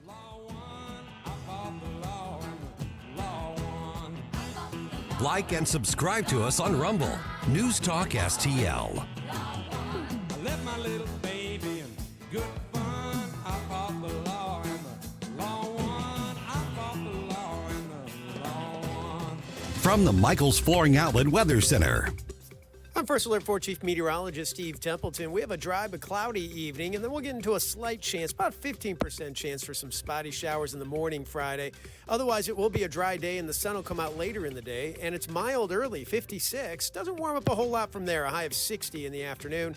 And Saturday, sunshine and 57. We're back down to near normal temperatures for the weekend. 60 for the high Sunday with some sun to start and then clouds later in the day, but staying dry. That's the latest from the First Alert 4 Weather Center. I'm Chief Meteorologist Steve Templeton. Kids don't always like to get school report cards, but they are important and helpful. They document subjects where they're strong and others where they need to show some improvement. Ever wonder why you don't get a report on how your child's school compares to others? At the Show Me Institute, we think you should, and that's why we've started the Missouri School Rankings Project. Click on the website moschoolrankings.org, and it's all there. Rankings and letter grades for all the schools in Missouri. The rankings are based on several categories, such as student performance in English, language arts, and math, ACT scores, and graduation rates. Then we take the rankings and come up with a grade point average, just like your child has. Each school and district will have a grade, and the website is easy to use. Don't you want to know how your child's school stacks up? Now you can. Learn more at showmeinstitute.org. The Show Me Minute has been brought to you by Show Me Institute and Show Me Opportunity.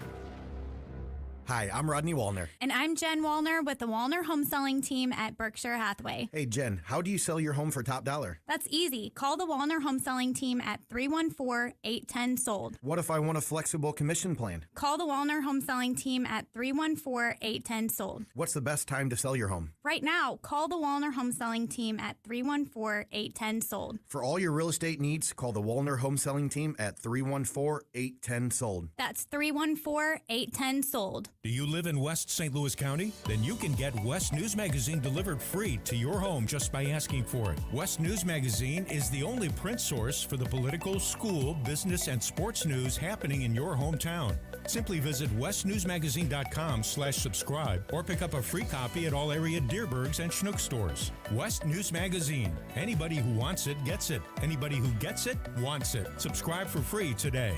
Simply visit westnewsmagazine.com/subscribe. This hour of Jones and Arps is brought to you by Stifel. Contact your Stifel financial advisor at stifel.com. That's STIFEL.com.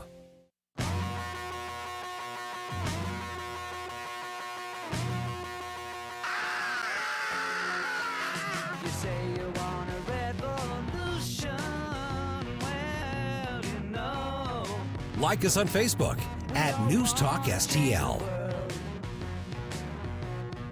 And welcome back to the Tim Jones and Chris Arps Show here at 101.9, 94.1 News Talk STL. 5:27 in the PM. Be safe as you're out and about, because it's still distracting, right? We're not used to it yet. It's getting dark at 4:45, and it's pitch black outside here in the heartland. Hey, we're going to bring in our next guest. We love speaking with him every couple of weeks or so. Chris Stegall, member of the Herzog Foundation, host of the podcast Making the Leap. And if you want to follow along, folks at home, a lot of the great stories that we discussed with Chris can be found online at readlion.com. That's readlion.com. Chris, welcome back to the program. Thanks for being with us today. Tim, Chris, it's great to be with you. Last time we talked, Chris was away on an exotic cruise. Yes. Glad to see everybody's back together. Yeah, I'm back. He is. He's ready to head out again. So, aren't we all? Thanksgiving around the. It's been a long year, Chris, hasn't it? Chris, it's been a long year for parents, hasn't it? I mean, it's been a long few years. Parents are just trying to raise their kids. We already have enough problems in the world, and not to use one of the left's terms, but school used to be a place that was a safe space for kids, right? It used to be a real safe space where you would send them off and they would learn reading and writing and arithmetic, and they'd learn about the world, and they become, fine little human beings. Now, Chris, we have parents having to go to court to make sure that their kids are raised right. Tell us about this lawsuit where a group of Christian parents won the right to opt out of something called SEL. Tell us all about SEL and about the lawsuit. Yeah, social emotional learning. And wherever you hear this term pop up, just be forewarned and beware. It may sound nice and it may sound rosy, but far from it. Christian parents winning a lawsuit in Pennsylvania that allows their kids to opt out. There was a school district that said, no, you really need to prove that this violates your religious objections and beliefs before you can opt out of the curriculum. Parents took the school district to court in Pennsylvania and won the day. What is SEL? In short, this is something, if you look at Florida, where Ron DeSantis, as you guys know, has had great success in beating a lot of this back and banning it from a lot of the public schools in Florida. SEL says things like it causes kids to, quote, critically examine the root causes of inequity, recognize, acknowledge, and address practices and policies that perpetuate inequities, cultivate anti-racist mindsets. They even have their own Pledge of Allegiance, guys. I'm not kidding. They've revamped a Pledge of Allegiance in the SEL language, and it says this, quote, one world, many beliefs, indivisible, with liberty, health, safety, and justice for all. Wow. Chris, I'm starting to get confused with all of these acronyms. We've got CRT, now we have SEL. What is the difference between SEL and CRT, and is one an offshoot of the other? They are, in fact, at the Federalist. I was just reading a little about this before we got on. Activists, they write, Jordan Boyd, an author there, had written that activists disguise this thing called SEL, social and emotional learning, as mental health initiatives. So it makes it sound, again, on its face, like, well, you're just helping kids kind of grow in their social skills. But in reality, yeah, these programs, as I just read, the purpose of it is to indoctrinate, and it's kind of a sneaky backdoor way, a new term for the very same thing, as you know it, CRT, critical race theory, and other things. Chris, it's all meant to divide, though, isn't it? It's meant, instead of to love and to nurture and cherish and bring kids up in a loving environment, it's meant to divide children at a young age. It's like we're making, nasty little minions instead of future leaders of tomorrow, right? Yeah, when kids are taught, when our young children are taught from a very early age that the deck they were dealt that they couldn't help, the color of their skin at birth, now puts them in an automatic place of oppressed or oppressor, I mean, what do you tell a small child when they've learned that? You are white, you're oppressive. You are black, you're oppressed. And there's nothing you can do about that dynamic. You're not setting kids off on a very good footing, it wouldn't seem to me. Kirsten, that was the exact next question I was going to ask you. We had a question or a discussion earlier about why some of these college kids are supporting Hamas over Israel, and it's because they've been steeped in this oppressor and oppressed terminology, psychology. SEL, how does that use oppress ideology in its teaching? Yeah, it's a very similar. A parent, for instance, in a Washington school, he was subjected to this SEL program. His kid had to go on antidepressants because of it. It's so dramatic, the mental kind of strain it puts on kids because it injects this ideology and agenda in the name of mental health, and it almost teaches kids that to be emotionally well-adjusted is to understand, particularly if you're white, that you're an inherently bad person. Now, if you're a young kid, I don't know how you process that. But again, when you learn from a young age that you can't possibly come out from under a label of being a victim or a victimizer, you can imagine what that does to a young child who doesn't mean any harm to anyone. They just want to get along with their classmates, have fun, and learn. Chris DeGaulle is our guest this afternoon. He's with the Herzog Foundation, host of the podcast Making the Leap, and we're discussing many of the great pieces up at readlion.com.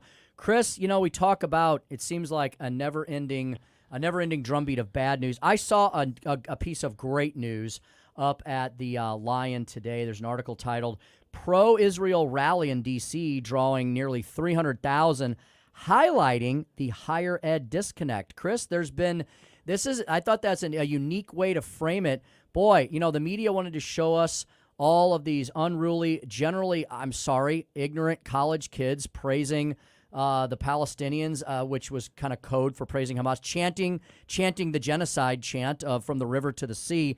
But here, Chris, yesterday, nearly 300,000 people peacefully taking to the National Mall and standing with Israel, people from all different political stripes from all over the country, people who just want peace versus continued war and death in that region. That's a definite contrast between what we've seen on college campuses over the last few weeks, isn't it? That's exactly right. And comes from, if I can be, a little shameless in my my wife, Christine, and I host this podcast called Making the Leap.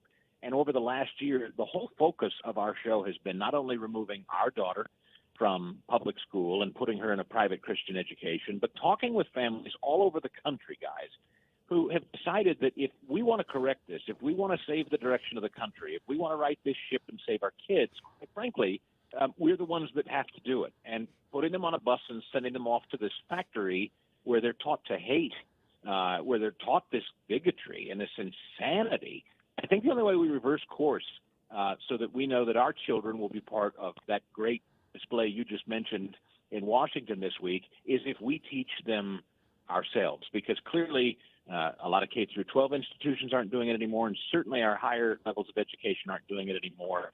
We may have lost a generation or two, but I think a lot of American parents, younger parents, have decided we're going to take it back, and it's going to recall it may be uncomfortable, it may cost us a little inconvenience or money, but it's too important, and we only have a finite amount of time to educate our kids.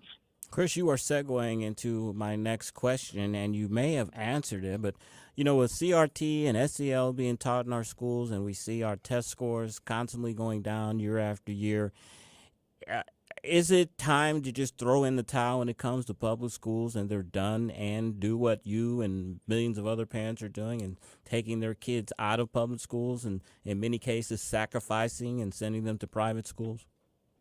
I would never presume to tell any parent what to do, and I do believe it's still very much an individual family decision. But I will say this, be it a private Christian school, a parochial school, or if you homeschool, guys, I should also say that there are a lot of parents that have decided, look, we're going to drive one car, we're going to be a one-income household, we're going to live lean, but I'm going to stay home and I'm going to teach the kids myself. Moms and dads are making that decision too. Homeschooling, you should know, is exploding and is the highest, fastest growing form of education for kids K through 12 in the country right now. Washington Post just covered this. To their dismay, they were very alarmed by it. They thought it was bad news, but I think it's incredible news. As I said, I'm hopeful because I do think a lot of parents have just said the only way to do this is to do it ourselves, to do it right. Would I say that across the board? Of course, you know good teachers. I know good teachers. My wife was a former school teacher. I have great friends that are public school teachers, but it's not enough to say there are good teachers in a system that is just ruining our kids. It is up to us to save them. I think it is. And Chris, I saw, just to add on to your point, that the fastest demographic of homeschoolers was African Americans during the pandemic. Exactly right. New York City, of all places, guys. Can you believe that? The fastest growing homeschool population in the country is in New York City, if you can believe it.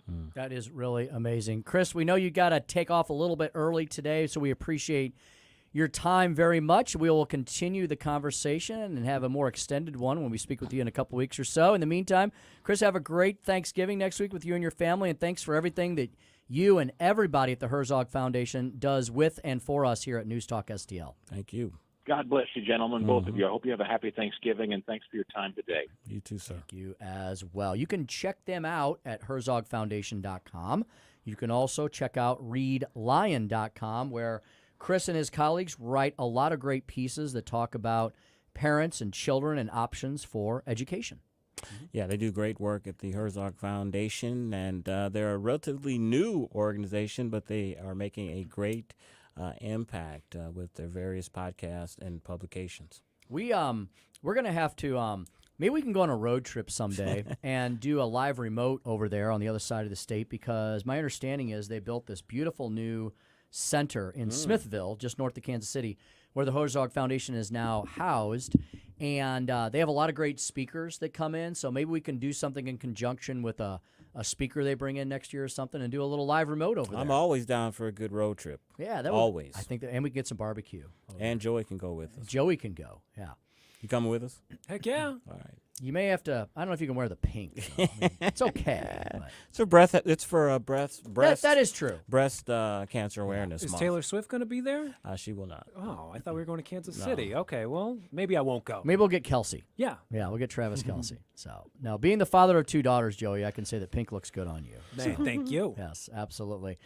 Chris, I don't know if you saw some of this footage this morning. I only saw a piece of it, but the Israeli Defense Forces got into that infamous hospital, and this was anything but a hospital. The catches of weapons, the booby traps, the armored vehicles inside the hospital, the M16, the automatic weapons. If this was a hospital, then we're talking to you from NASA here today. I mean, this was it was maybe superficially it was a hospital. This was definitely a place. This proves the point that the Israelis are trying to make, that Hamas is just using people as pawns. Yeah, and of course you have Hamas, the Palestinians, saying that all of these things were staged. You're hearing our media saying they can't independently verify the footage that Israel is showing. But I think you're right. It shows that they've been using these hospitals as command posts. There are tunnels underneath these hospitals where hostages have been held as well. And I heard a military expert say today that until Israel completely destroys the 300-mile tunnel network underground, Israelis can never be safe. And so that's what they have to do. They've lost 60 soldiers so far in this ground invasion, but this is a tough slog going house to house, room to room, trying to root out these barbarians. God bless these brave soldiers, because my understanding is that ground warfare in an urban zone is like the worst possible type of combat you can be involved in. Yeah, they're losing most of their soldiers through snipers. From the buildings.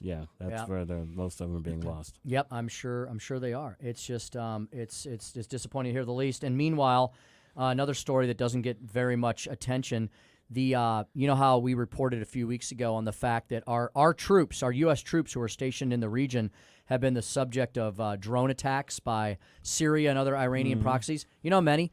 There have been 58 attacks on U.S. troops since October 17th. So what's your thoughts? Some are saying that, of course, Iran funds all of these disparate groups around the Mideast, these terrorist organizations, that we need to send a message to Iran and strike them within their territory. What's your thoughts on that? I don't know about that. I would take a page from what Donald Trump did in 2017 when he had a similar situation. He sent a couple of cruise missiles into Syria, and Assad stopped doing what he was doing immediately. So I think you could probably make a big show of force by doing it to Syria. I don't know that I want to drag Iran further into this right now than they already are. But I think you could send some messages to the Syrian forces because, you know, that they're the ones causing the attacks. That would be a direct response in my mind, you know. Sounds good. Yeah. But it's a sticky wicket, right? I mean, as we've said, it's a freaking powder keg over there. It's waiting to explode. It really is. Tim, when we come back, Yes. I've got an interview with one of the organizers of last night's protest at the DNC headquarters. Wow. You'll be amazed at some of her answers. We'll go over some of those to close the show out. I cannot wait for that. We also have Larry Connors, USA, coming up. He's got several topics he's going to talk about this evening. I'll just give you the first one, and you have to wait for the rest. How China's cultural revolution is underway in the United States of America. Yeah, Larry's going to be discussing that and a lot of other issues that Chris will also mention when we come back to keep you here because you should go nowhere. We've got one more jam-packed segment of the Tim Jones and Chris Arps Show, followed by Larry Connors, USA. All of that straight ahead at 101.9, 94.1 News Talk STL.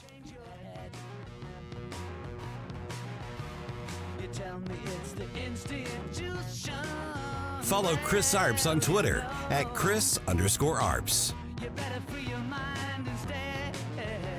I told Governor Murphy once, every time I hear the President of the United States look around and say, where the hell is he? Coming.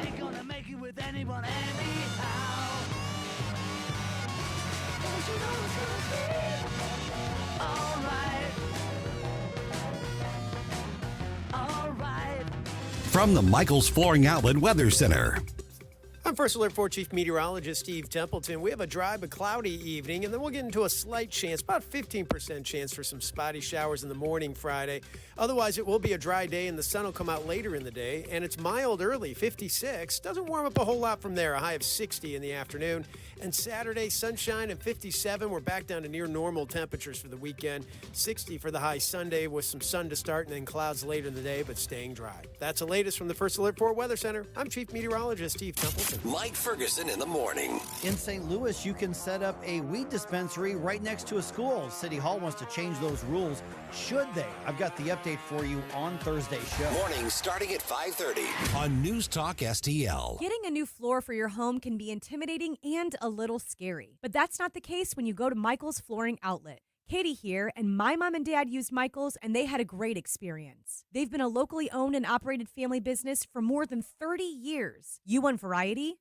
Michaels has carpet, hardwood, laminate, ceramic tile, luxury vinyl, natural stone, and many other options. Shop in-store at one of their 3 locations in Creve Coeur, Dardine Prairie, or St. Peters. Check out everything that Michaels has to offer at igotfloored.com. Hey, Tony Colombo here for Gutter Pros. When Christine and I bought our new house, we knew the gutters were an issue, and after meeting the Gutter Pros team, we knew that they were right for us. Gutter Pros is your all-in-one gutter service team that offers a variety of affordable solutions, and they even offer free estimates, so there's no cost to you to find out if they are right for your home, just like they were for ours. If you're having a problem with your gutters, contact the Gutter Pros now, because with Gutter Pros, water goes where they tell it to. Call them at 314-656-7195 or visit gutterpros.com. I'm Dr. TJ, owner of the Institute of Natural Health, co-owner of Optimal Nutraceuticals, and the host of Wellness 101. Wellness 101 is designed to cut through the nonsense and provide you common sense, science-based information regarding health and wellness. On the show, we discuss topics like thyroid health, gut health, hormone optimization, and many others. Our show airs Saturdays at 10 a.m. and 2 p.m. and Sundays at 11 a.m. and 3 p.m. right here on News Talk STL. For more information, visit us at inhstl.com. That's inhstl.com. Hello, I am State Treasurer Vivek Malik. There is a program in my office that allows you to save for your loved one's education. The Most 529 program helps families save for K through 12, college, trade, or technical schools. Contributions to most 529 accounts grow tax-free and are eligible for a state tax deduction of up to $16,000. Celebrate this holiday season by giving to your child's education. Learn more at MissouriMost.org. Sponsored by the Missouri State Treasurer's Office. This hour of Jones and Arps brought to you by Window World. Simply the best for less. 314-993-1800 or visit windowworld.com.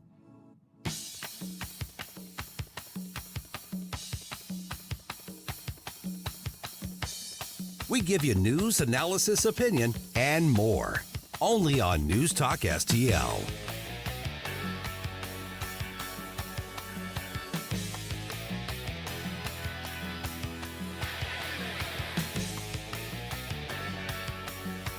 .547 on the Tim Jones and Chris Arps show. And Tim, we've been talking about, of course, the uprising in front of the DNC meeting in Washington, D.C.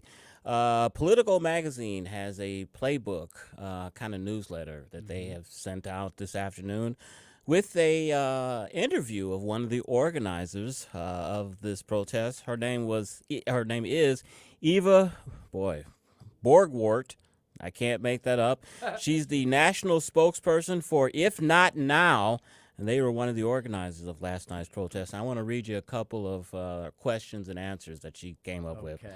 They asked her, what was the end goal last night? She said, this protest, like dozens of protests over the past month, was a multiracial, multi-faith coalition of Jewish, Palestinian, and other peace activists calling on Democratic leadership to push for a ceasefire in this horrific war. There was a vigil a few blocks away, and then that vigil came to the DNC, where activists had already planned to block the doors in an act of non-violent disruption. She were asked, so you knew lawmakers would be there? We knew Democratic leadership was in the building. They asked, why block the entrances?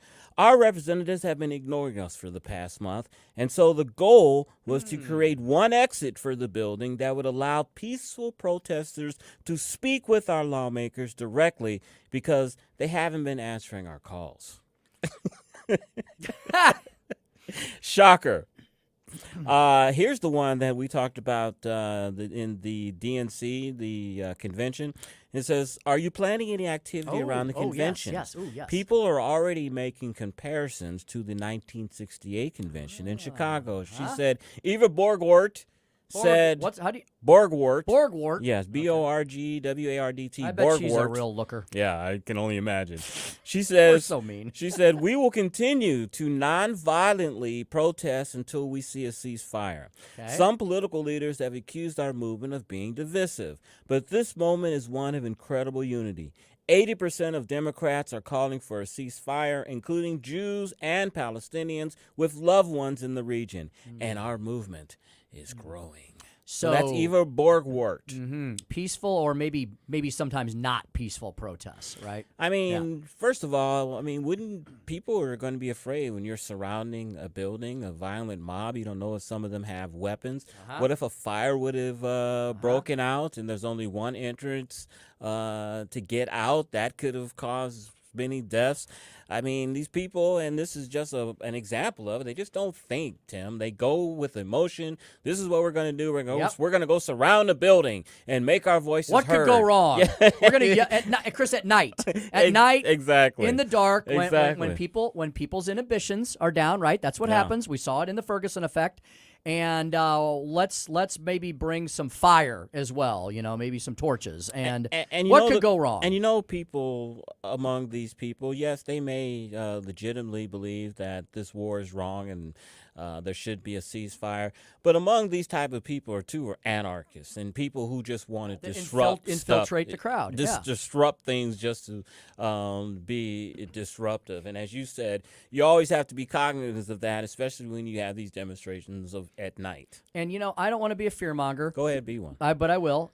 Chris, let's just say to all of our liberal friends who are listening, if I'm a delegate to the DNC this year in Chicago, I may be thinking twice about whether I'm going to go or not, because if they're doing this now What do you think it's going to be like next summertime? Yeah, they're going to be very, very riled up. And we could see a repeat of 1968. And the Democratic leaders, I'm sure that's the last thing that they want to see, an unpopular president with protesters, his supposedly supporters protesting his policies. What do they say? There's nothing new under the sun. And since I've already been a fearmonger, I might as well double down. for it. I don't want to be a sexist either, but, let's just, what's our gal's name? Double down on it. I'm going to. What's our gal's name? Borgward. Borgward. What's her first name? Let me see. Mila? Eva. Eva. No, I don't know. Yeah, that's it. Eva Borgward. So, Chris, I watched some of the footage Look of her this. up, Joey. I like. Maybe she's hot. I don't know. I looked up some of this footage. I didn't look up. Some of this footage was on my screen last night because people were covering it live. It was happening live last night when I got home. And you know what struck me, Chris? Most of these leftist protesters, they're all a bunch of like late 20s and early 30s angry white women. Have you noticed that? Yeah. And I'm just like, here we go again. It's like the Real Housewives of Frontenac and Ladue. It's like all these angry leftist limousine liberals, and I'm like, how are you? I'm sorry. I'm gonna be classist. I'm gonna be classist now. How are you oppressed? I'm like, you're not oppressed at all. You're just angry, and it's just like all these angry suburban leftist lunatics. They're mainly all a bunch of white women. I mean, you have the right now to kill your baby up to the 9th month. You're now able to have men compete in your women's sports. We don't see a big shout out from liberal women about that. You've got everything now. You know what? I want to know from all the ladies who are and Eva's not exactly a looker. Okay. I was wrong then. All of the ladies that are listening to us right now on our Facebook feed, we always have Lisa and Linda, and we always have a bunch of ladies there. Am I wrong? Am I being vicious? Am I being mean? Am I being cruel? Or am I right? That's what I want to know. About my observations about what I saw and what we usually see at these events. So I don't know. Well, go back over that again. Why give that perspective on why they should?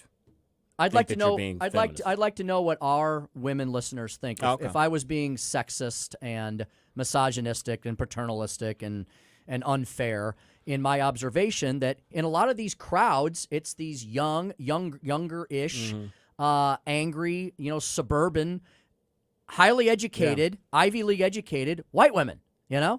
Limousine liberals. They seem to be like the most oppressed class out there. Well, we've talked many times. The Democratic Party. Lisa weighed in. Okay, let's She hear said, it. "Tim, you're being way too nice to them." So there we go. I'm on the right track. I'm trying. I'll try harder, Lisa. Thank you. What was my thought? Joey, help me out there. She looks like Kate Mara to me, the actress. If we're still worried about if she's hot or not, she doesn't look like Kate. And Mara that's at all. she was on what is it? House of Cards. No, yeah. Kristen says, "No, Mr. Speaker, you're telling the truth." Well, thank you, ladies. I appreciate that. I always worry as one of the last unprotected classes of middle-aged white guys that I'm being too curmudgeonly and cranky. But I just an observation, and I'm like, I don't know. I just don't get it. These people are. Yeah, I'm sorry. Go ahead. No, go ahead. No, I just don't. I don't understand why they're so angry. Well, we always talk about how the Democratic Party is just an amalgamation of dispirited people who feel that life is against them. They are oppressed, as the operative word we've been using today. And that's their shtick, I guess. Even though they aren't oppressed, they're white women. They're highly educated. They have to feel that they're oppressed. And one of those ways they felt oppressed was, of course, because they couldn't kill their baby up to birth. That's oppressive. Yeah. That's telling women what to do with their bodies. They've all gone to $30,000, $40,000, $50,000 a year colleges in the Washington D.C. area. They've all gone to Wellesley. They've all gone to American and Wellesley and Georgetown and George Washington. But Chris, they're the oppressed ones. It's just ridiculous. And Chris, this ceasefire thing. What's the plan after that? Right? They don't have one. Okay, so we call a ceasefire. Then what do we do? Yeah. They don't have the solution to the problem. I mean, Israel has agreed that they will do ceasefires for a few hours at a time in order to let humanitarian aid come through. They will agree to a longer-lasting ceasefire if Hamas agrees to let go of the hostages. But other than that, a ceasefire, as you know, I'm no military expert. This is stuff that I've heard. It just gives Hamas time to regroup. It gives them time to move the hostages to different areas and it's harder for them to track them. And that's not in Israel's best interest long term. Israel's been overly patient, probably way beyond what any nation would have done. They've been dealing with this. They've been dealing with it for centuries, but over the last 20 years, it's been just a powder keg waiting to explode. And we can never, anytime these people start yelling and screaming about the ceasefire, just remind them, October the 7th, Hamas struck at the end of a High Holy Week, and they did not declare war. They went in and they tortured, raped, killed, and slaughtered children, women, and innocent human beings. And the thing that's so frustrating that the world and the media won't report the fact that Hamas is using civilians as human shields and has command posts inside of hospitals. That's why we're having all of these terrible civilian deaths. They won't report that evenly. But I know one person who does report evenly, Tim, and that's our friend Larry Connors, USA. He's up at from 6 to 8. Larry will talk about how China's Cultural Revolution is underway in the USA.